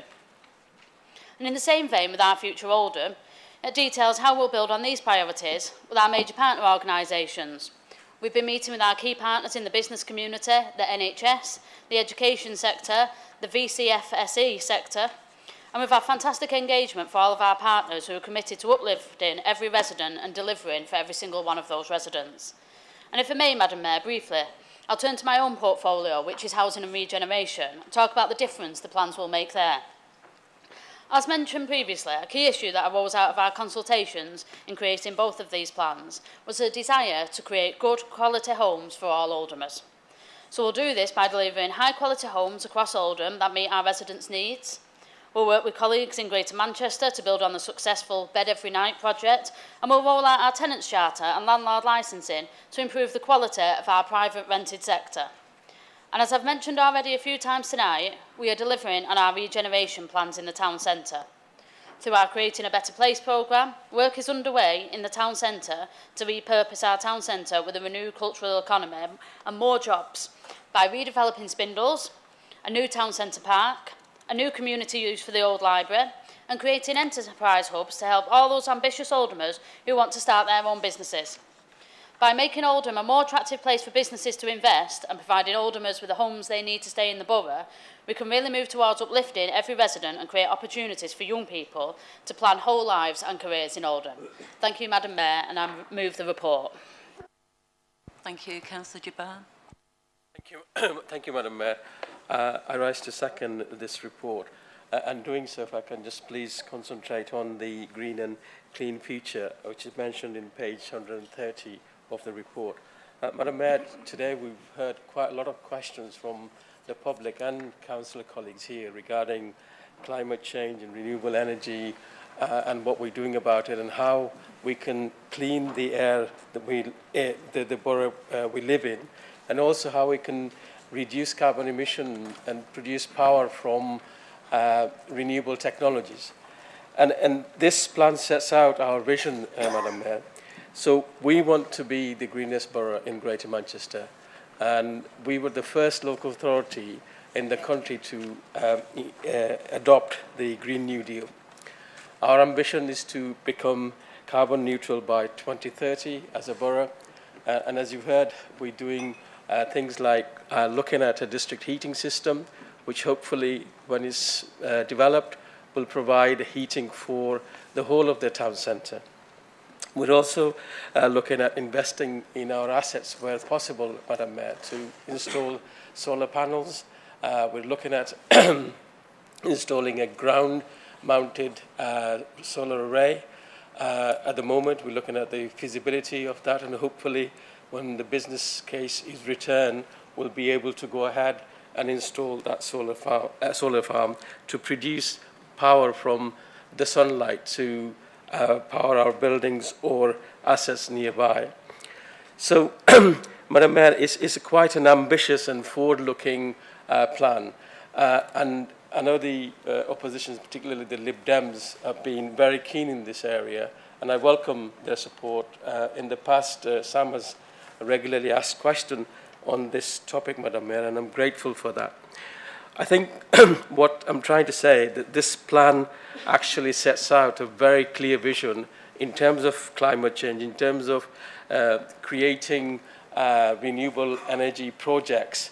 But if you look on page 30, Madam Mayor, there's a list of things that we say that we'll be doing as part of this corporate plan, starting with supporting Oldham's growing green industry, creating more green jobs and opportunities, boost our position as the greenest borough in the Greater Manchester by improving and better promoting our amazing green spaces. I mean, some of the green spaces we've got is absolutely magnificent. Alexandra Park, Dovestone, Reservoir. I can name so many, Madam Mayor, and these are hidden gems that we have in our borough. Everybody is very proud of it. But sometimes you find that we don't make enough promotions of these beautiful green spaces that we've got. Creating new green spaces and opportunities through northern routes, Madam Mayor. Those who haven't been able to see or visit the site, I'd urge you to come and have a look. If you're interested in going on a tour, please let us know. Amazing 160-acre urban farm that we're developing. There will be many, many opportunities to do very creative things in there to embrace nature, especially for our young generation. Support the development of Greater Manchester's plan to deliver a clean air zone. Again, there's been question on that rightly previously, but I think, Madam Mayor, the plan that we've got now will deliver that for us. It will be a non-charging scheme, and I think that it will also, what's interesting is that with the investment-led plan, we hope to achieve the target by March 26. That's quite a new thing. That you're out of time. Thank you for your contribution.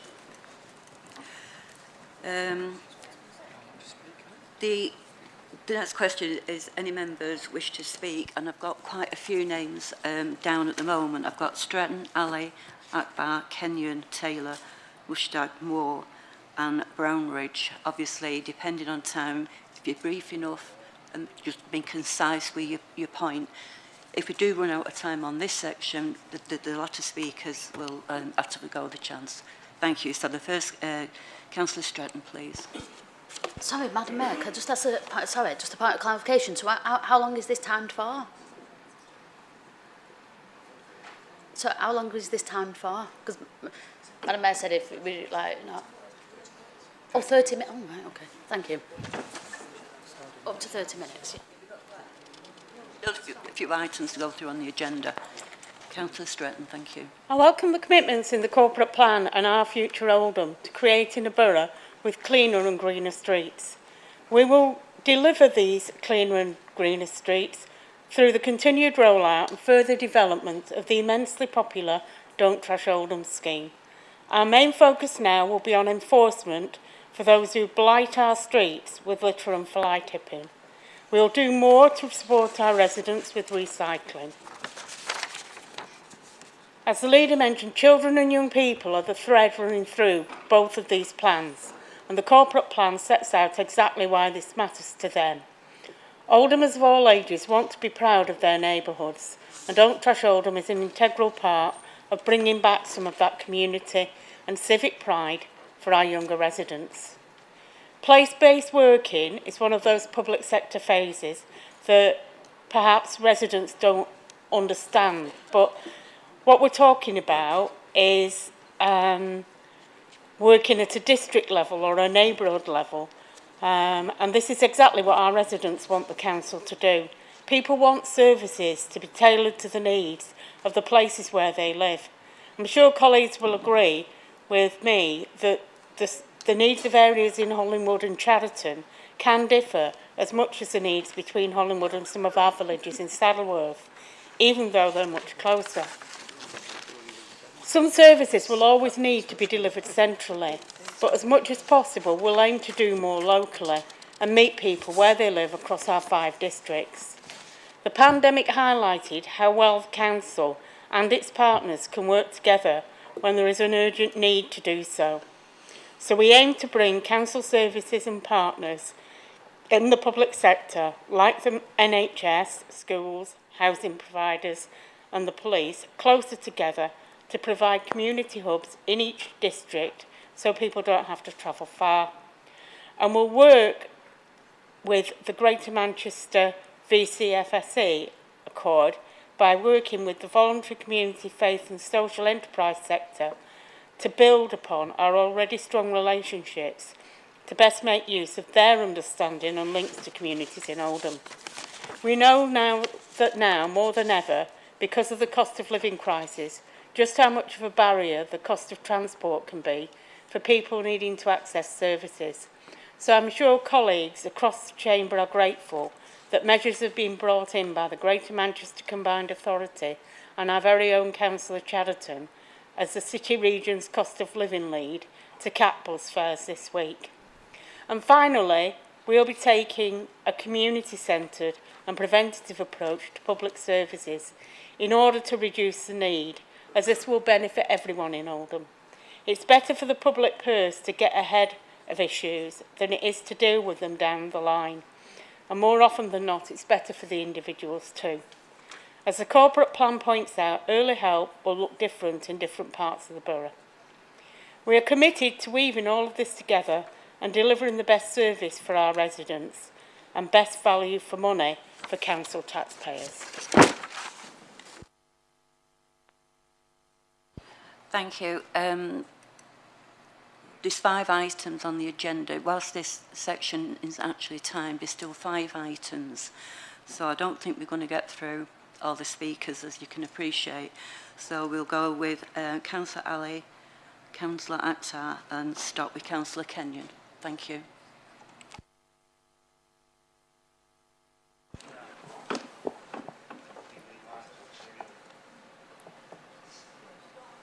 Councillor Elliott.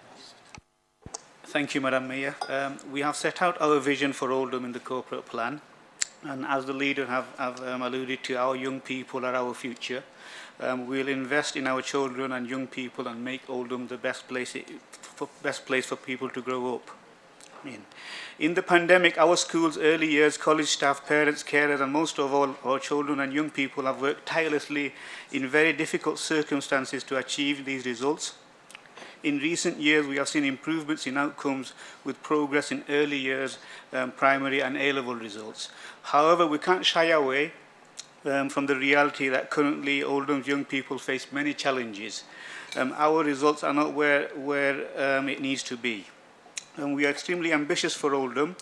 And as an authority and as an administration, we are focused on improving attendance, including recovering better than pre-pandemic levels. Pre-pandemic, our attendance was 95%. Now we are at 91.9%. We are working with school and did a huge messaging campaign recently through our council's communications, directing parents, encouraging parents to improve the children's attendance. We are recruiting additional staff to drive attendance in schools. We are investing and expanding our education providers. We have seen the creation of new places at our best schools, including a whole new school site for Saddleworth School. We have supported the opening of the Brian Clark Academy, which has opened in temporary building this week, and in April 2023 will move to new building in Middleton Road. This has already shown great benefits to children living within 1 to 2 mile radius and reducing pressure from other schools. It also means more of our young people are getting their first choice of school. We have announced the opening of the new sixth form supported by Eton College. Our projections show that the post-16 population will rise over time and the need for additional college places.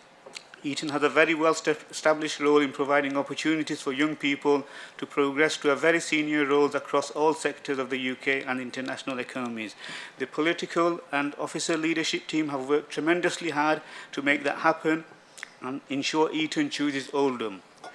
We are developing a stronger post-16 educational training and skills offer by establishing a post-16 partnership, developing the Oldham Skills Plan in conjunction with GMCA, to secure the adult education budget, continuing to improve our brilliant lifelong curriculum offer to residents focused on need.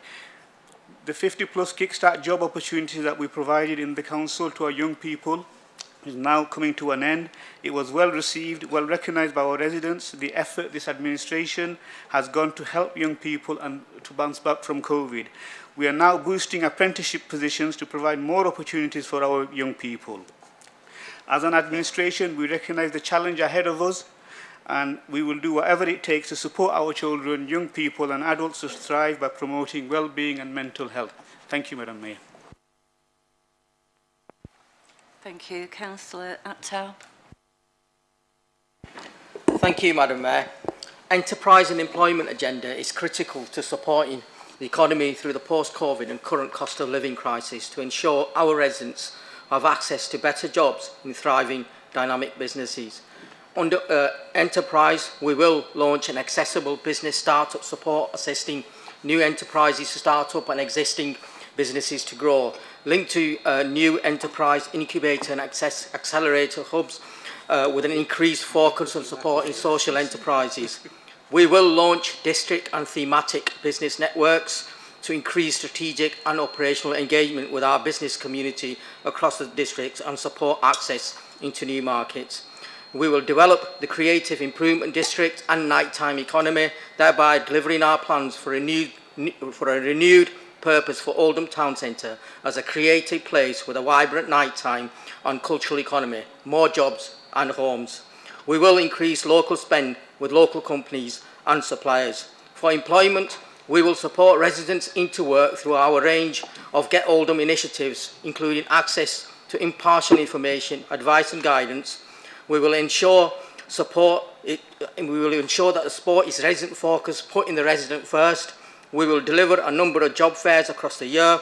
We will be connecting residents to the social value opportunities created by increased spend with local companies in terms of our massive regeneration programme. We will target support for children looked after and young people as they transition into adulthood. We will develop a new employment and skills strategy for the borough. Thank you, Madam Mayor. Thank you. Councillor Kenyon. Thank you, Madam Mayor. I'll keep this brief. This is a 5-year plan without any targets. As an example, in an area which is very close to my heart, which is about directing council spending to local businesses and residents as much as possible. So on page 128, it talks of the aspiration of increasing the amount the council spends with local companies and suppliers. Sadly, there are no meaningful targets, and a plan without a target is a pipe dream.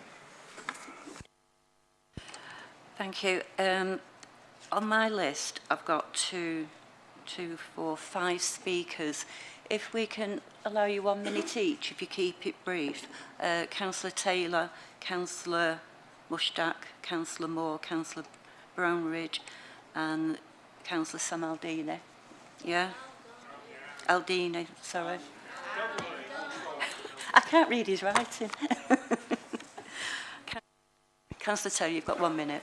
Can I just ask, Madam Mayor, how long have we got left on this section? I thought we had about 10 minutes. Are we down to 5? Yes, but we've got, if everybody takes their, if everyone uses the minutes, and we've got all the other 5 items on the agenda, and some have got amendments as well, so.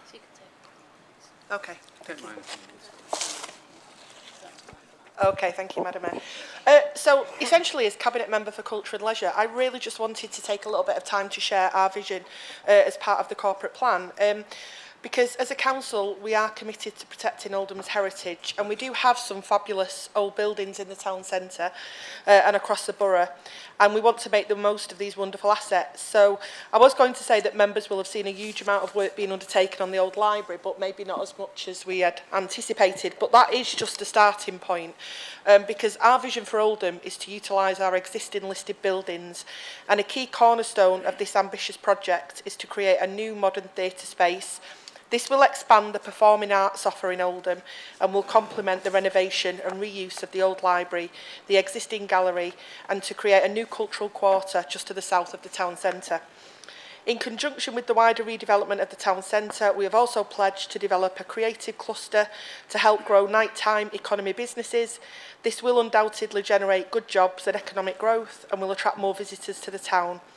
The prominent Prudential building, which will be repurposed to create innovative, flexible open space to attract creative and digital business to Oldham, and the Egyptian rooms will be repurposed as a food hall, catering for around 200 people. We know that our young people in particular have emphasised a desire for more youth activities and a clean and green environmental approach to development. So the creation of the new event space and a new performance and theatre space is a welcome addition. And by extending the lifespan of these cultural heritage buildings, we reduce environmental impact too. In the proposed Oldham plan, there is a clear commitment to delivering an enriching education for our young people, as the Youth Council has repeatedly told us that having a well-rounded, full experience in childhood is just as important as getting good grades. Madam Mayor, I think that's been more than a minute now. Sorry, I was looking at the traffic light system. Sorry, No, it's not working on this, is it? You're given a minute. Okay.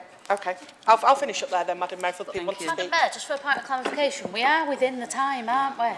Yeah, so but we've got a lot. But it doesn't really matter, doesn't it? If members choose to do that. Well, I didn't get to speak when I wanted to, so the same rules should apply. Well, I think the difference is we're still... Councillor Leah, so Madam Mayor. There's too many speakers. Madam Mayor. Madam Mayor, the council leader could extend the council meeting if she wishes. Yeah. Well, it's not something that we really want to do, so Councillor Mushtaq. Madam Mayor, I don't mind Councillor Taylor taking my time, because I'm good like that. Thank you.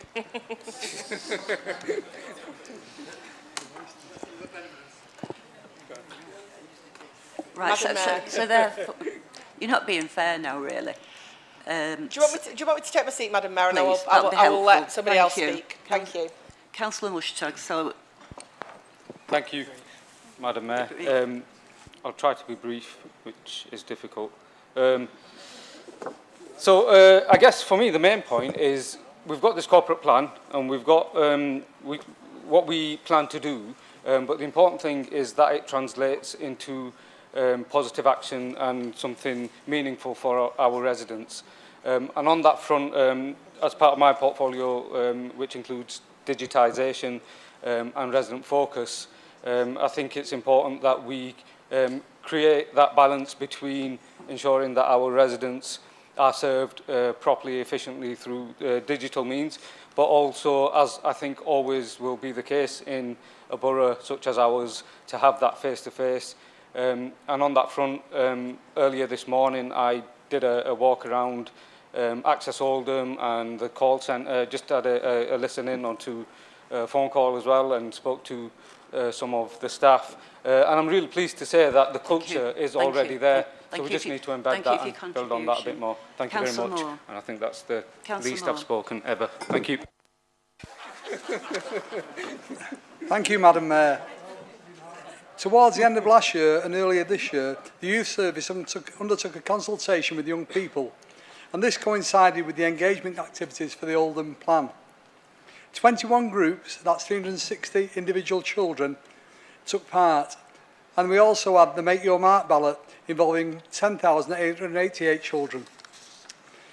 The question our children and young people will now be asking is, did what they say influence a corporate plan? Well, I can assure you that it did. And that is why, when considering the plan, we asked why this matters to children and young people. I'll go straight to the end now. But finally, the next question children and young people will be asking is, are the council delivering what the corporate plan promised? And if we don't deliver, they will hold us to account. Thank you. Councillor Brownridge, you've got a minute. Thank you, Madam Mayor. So health is at the centre, or one of the main objectives of the corporate plan, and health, well, despite my portfolio, isn't solely my responsibility. It cuts across everybody's responsibility, so it affects housing and jobs and education. In terms of my portfolio and social care, we're looking at increasing early intervention to prevent problems further down the line, to allow more people to live independently for longer. And we're using the new ICS system to provide closer working with the National Health Service to provide more of a joined-up service. I was going to say a lot more, but I'll leave it at that, Madam Mayor. Thank you. Councillor Samandani. You got it. Thank you, Madam Mayor. Practice makes perfect. It's similar to what Councillor Kenyon said and put very well. It's the lack of details, the lack of targets in this document. It shows ambition. What it doesn't show is how, like, the specifics of what you're going to deliver. You know, and for example, and there's some detail which is really obviously hasn't been checked, where you're going to develop and deliver a 3-year plan in 3 years. Well, if it's not already there, you can't do the development and the delivery in 3 years. It doesn't make sense. The lack of detail, the lack of targets, they become platitudes. When you say that you're supporting increasing recycling rates, everyone is. What are you actually going to deliver? Thank you. Councillor Chadderton, you have a right to reply. Thanks. I'll only keep it really brief because I am conscious of time. We have got a few things left. Just thank everybody for the contributions. I suppose in terms of Councillor Hamdani's point, that wasn't the purpose of this document. You know, things underneath this. This was meant to be a more strategic document, but under each of those aims, there is a plan for each of those aims. But if we were to bring that for everything, you know, the document would run to probably hundreds of pages. But that is why. But under everything, there will be a measure of success and how we're going to get there, and there will be tangible targets. Thank you, Madam Mayor. Thank you. Does Council agree the recommendations as detailed within the report? All those for? Yeah. Any against? Abstentions? That's carried. Thank you. Item 13 is the local planning scheme for delegation. I call on Councillor Chadderton to move and Councillor Jabbar to second the report. Thank you, Madam Mayor, and I move the report. The proposed amendments to the local planning scheme of delegation aim to bring our framework up to date and reflect legislative changes. Amendments to the Council's local development framework scheme of delegation was last approved over a decade ago on the 14th of September 2011. The Cabinet report sets out exactly how and where the levels of decision-making required for documents prepared as part of and in support of the local plan are taken, and sets out the process for creating neighbourhood plans and the Brownfield Land Register. These decisions allow us as a council to support Oldhamers with the homes they need and deserve, while ensuring communities have a strong role to play in the changing nature of the places where they live. Thank you, Madam Mayor. Thank you. Councillor Jabbar. Thank you. Does any member wish to speak? Does Council agree the recommendations as detailed within the report? Agreed. Perfect. Let's on to the next item. It's item 14. It's members' allowances. I call on Councillor Chatterton to move and Councillor Jabbar to second the recommendations 1.1.2 of the report. Sorry, I thought you had more recommendations there. Thank you. So I rise to move the paper as Leader of the Council, and I want to make it clear that the report deals with two separate matters, all related to allowances paid to elected members for various roles. Firstly, it lays out the recommended changes to the member allowance scheme for 2023-24, so will not come into place until next May at the annual council. While Council tonight may agree with these recommendations, it's important to understand the role of the Independent Remuneration Group. These are a small group of independent members of the public who consider what allowances should be paid to elected members for a variety of roles. It is important, I think, that this process is independent, and I think we come on very dangerous ground when councillors are setting their own allowances. This also takes into account the level of allowances paid in respect of other authorities, and particularly the 9 other Greater Manchester authorities, and ensure that the allowances are both reasonable and reflect the duties which elected members undertake. The panel have recommended a number of changes to the scheme for next year, including removing allowances currently paid to shadow cabinet members and the removal of assistant cabinet member allowances. Now, as an administration, we may not wholly agree with all the recommendations, but we do support the diligent and thorough approach taken by the panel in putting the report together. And as I say, you become on very dangerous ground when you start setting your own allowances as a councillor, and we've taken the view over the past 11 years that essentially whatever they propose, we accept. It is important that we pay appropriately for the duties that councillors undertake. It's also important that we recognise the work and hours it takes to be a councillor and to be able to attract people that are reflective of the communities that we face. All groups in this chamber, and you can look around, and we struggle to attract people to be councillors, and we struggle to attract working mothers to be councillors, and that is why, do you know, the average age of a councillor in this country is over 60. And that is because it's often for, you know, the preserve of the retired, because they've got more time to do it. And I do think that we have a duty to actually say something positive about what we do as a role of councillor. To be a councillor is not a race to the bottom. And when you look at what we are paid comparatively for our basic and other allowances, when we compare ourselves to other Greater Manchester authorities, our basic allowance is second lowest in Greater Manchester. So 8 of the other authorities, their basic allowance is higher than we are. So we are in no way whatsoever earning any more than anybody else is, really. It's also keen to reflect that for most councillors, this isn't a full-time job.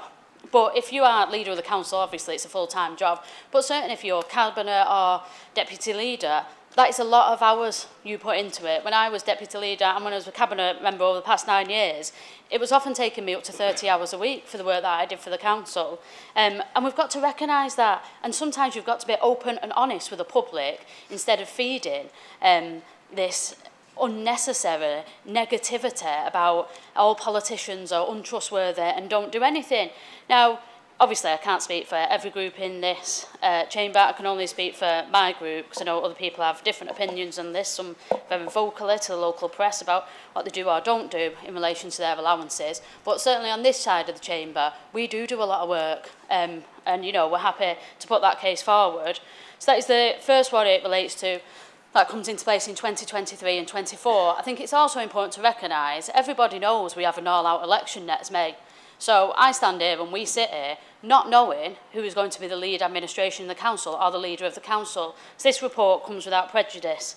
The second part of the report outlines two matters relating to member allowances for this year.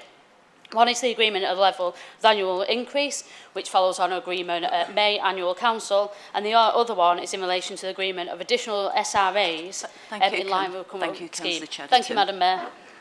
Councillor Jabbar. Seconded, Madam Mayor, and just add to say that this is a report of an independent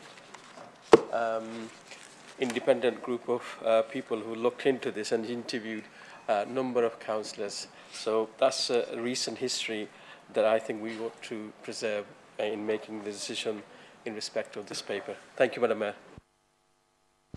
Thank you. We do have an amendment on this, so I call on Councillor Quigg to move and Councillor Woodvine to second an amendment in this report as circulated. Please keep to time. Yes, thank you, Madam Mayor. I'll keep it brief. We talked much about cost of living tonight, and I agree with some of what's been said in the report. But sometimes we have to match our words with actions, and I'm all in favour of making sure that we actually match those words with actions and say that, well, instead of giving ourselves an increase, why don't we actually take a quarter of a freeze? Because we can't go to the people out there and say, and play the violins to us that we're suffering here in this chamber when actually out there that they are. And I think we should match those actions with words, and that's why I put this amendment down tonight. I agree with, like I say, some of what's been put in the report, but we do have to take action, and we do have to say something to the report, and we have done. And I do agree with, like I say, most of what they've said, but I also think we should go further. So in that regards, Madam Mayor, given the timing, I'll let Councillor Woodvine continue. Thank you. Councillor Woodvine. Sorry. Thank you, Madam Mayor. I second this amendment, and I'd just like to say that tonight the Labour administration have cried crocodile tears, really, and that if they want to put the money where their mouth is, they should accept this and take the 1% pay cut, because in Oldham the SRAs are very, inflated, I would say. And I'd be quite interested to know actually what effect this scrapping of the assistant cabinet member makes, because I didn't think we had any assistant cabinet members in Oldham. I thought that was more of a Tameside venture.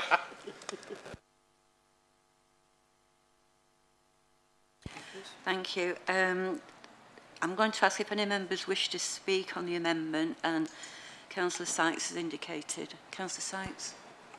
Thank you, Madam Mayor. I'll be very brief. We'll be opposing the amendment for similar reasons to which the leader outlined at the start. Since we've always had an independent remuneration panel, have always supported its recommendations.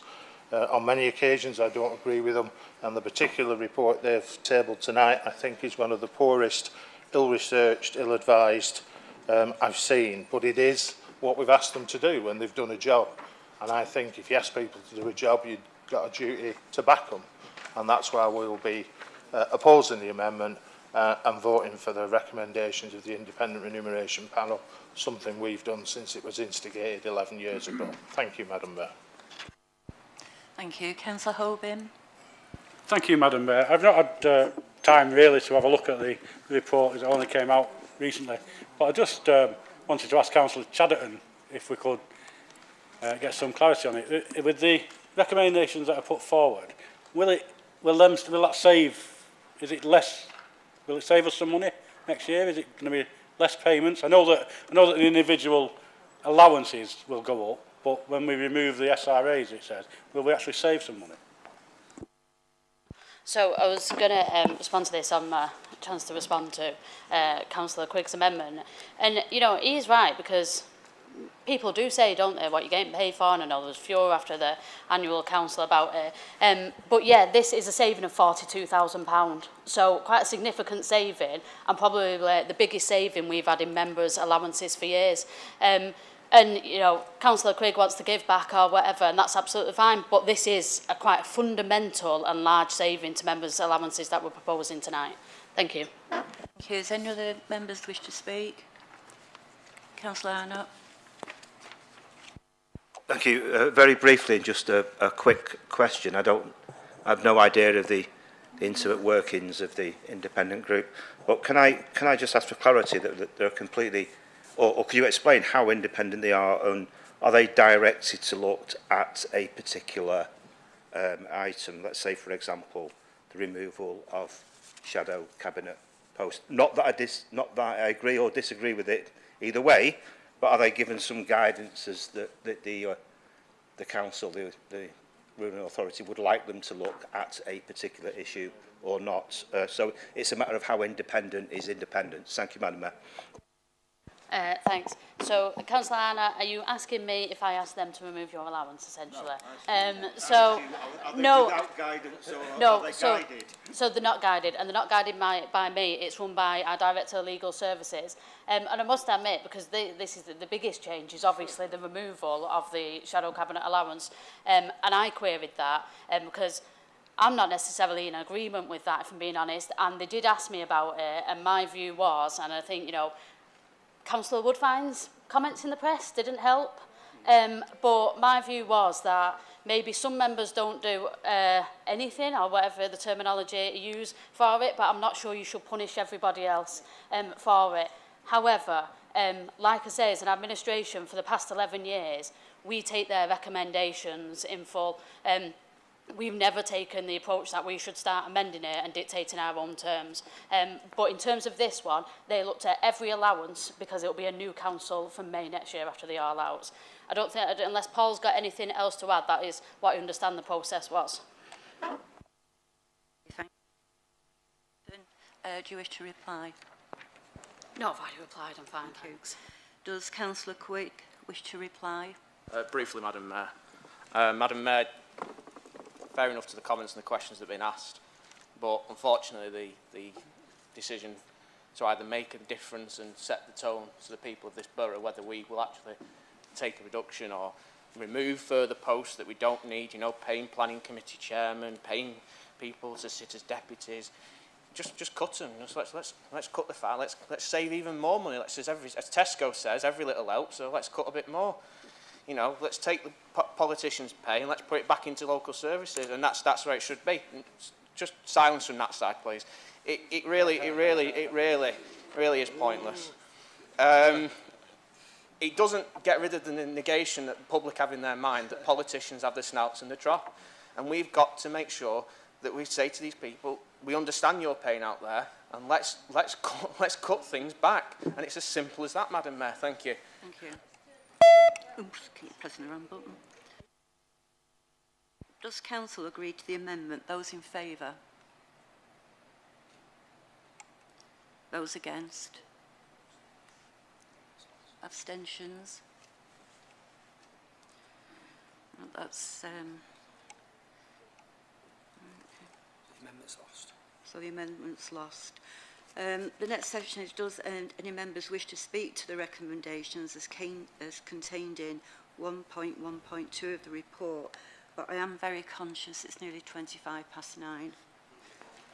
Yeah. So if you just move to the vote, does the Council agree to the recommendations at the report 1.1.2 of the report? Those in favour? Those against? Abstentions? Right, that's been recommended then. I call on Councillor Chadderton to move and Councillor Jabbar to second the considerations of the matters in 1.2 of the report. Move, Madam Mayor. Seconded, Madam Mayor. Thank you. Do any members wish to speak on the recommendations as contained in 1.2.1 of the report? No, thank you. Does Councillor Chadderton wish to reply? No, thank you. Does Council agree to the recommendations at 1.2 of the report? Those in favour? And the allowances detailed. Yep. Those in favour? Yep. Those against? Any abstentions? That's fine. Item 15 is the Treasury Management Review. I call on Councillor Jabbar to move and Councillor Chadderton to second the report. Move, Madam Mayor. Second, Madam Mayor. Thank you. Does Council agree the recommendations as detailed within the report? Agreed. Thank you. is the elected members' steering group on child sexual exploitation terms of reference. I call on Councillor Moore to move and Councillor Chatterton to second the report. Thank you, Madam Mayor. Very quickly, the purpose of the report is to provide a full council with an update on the elected members' workshop held in August 2022 and agree the terms of reference for the elected members' steering group on child sexual exploitation. Appendix 1 of the report provides an action plan in response to the independent assurance review into historic child sexual exploitation. Appendix 2 of the report sets out the draft terms of the reference for the elected members' steering group. I would ask that members note the contents of the report and agree the terms of reference for the elected members' steering group on child sexual exploitation. Thank you, Madam Mayor. Thank you. Councillor Chatterton. Thanks, Madam Mayor, and I'm nice to second it. Only very briefly, because I'm conscious of time, I know there's an amendment, isn't there? So, obviously, the content shouldn't come as a shock to any member of the chamber. We as group leaders agreed it, and then we had an all-member workshop. That was actually really well attended, considering it was just off the back of recess as well, which is really positive. We've had feedback in, and it was amended from its original report to incorporate some of the feedback we've had from another group leader. Given how extensive we have spoken on this, and there is an amendment, and we've only got about 3 minutes, that'll be all, Madam Mayor. Thank you.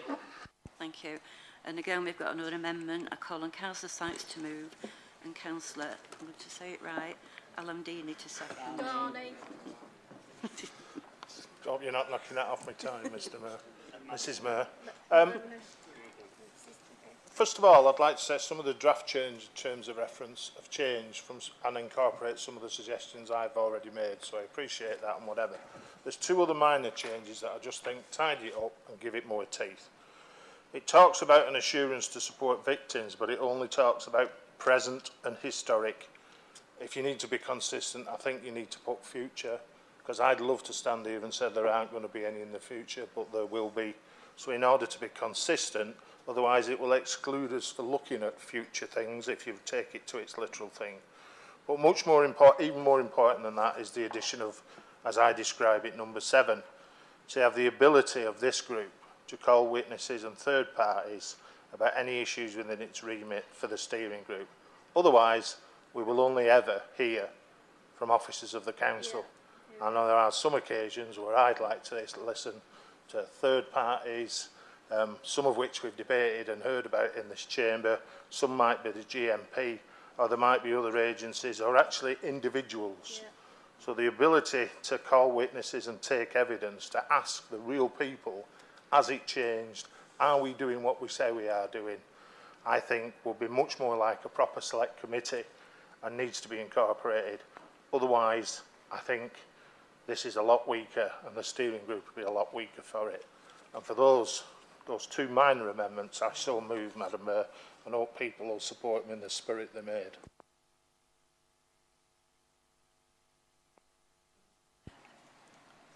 We're going to run out of time, so can I propose a 5-minute extension to this meeting? Sorry, Madam Mayor, I didn't really mean to sit down then, because there's a 3rd bit to my amendment I'd totally forgotten, which is it should meet every 2 months, a minimum of 5 times a year.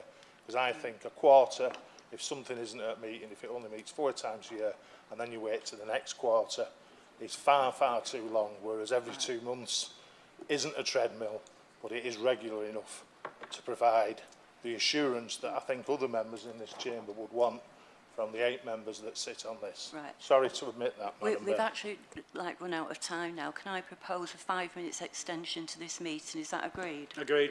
Right, thank you. Councillor El Hamdani to second an amendment.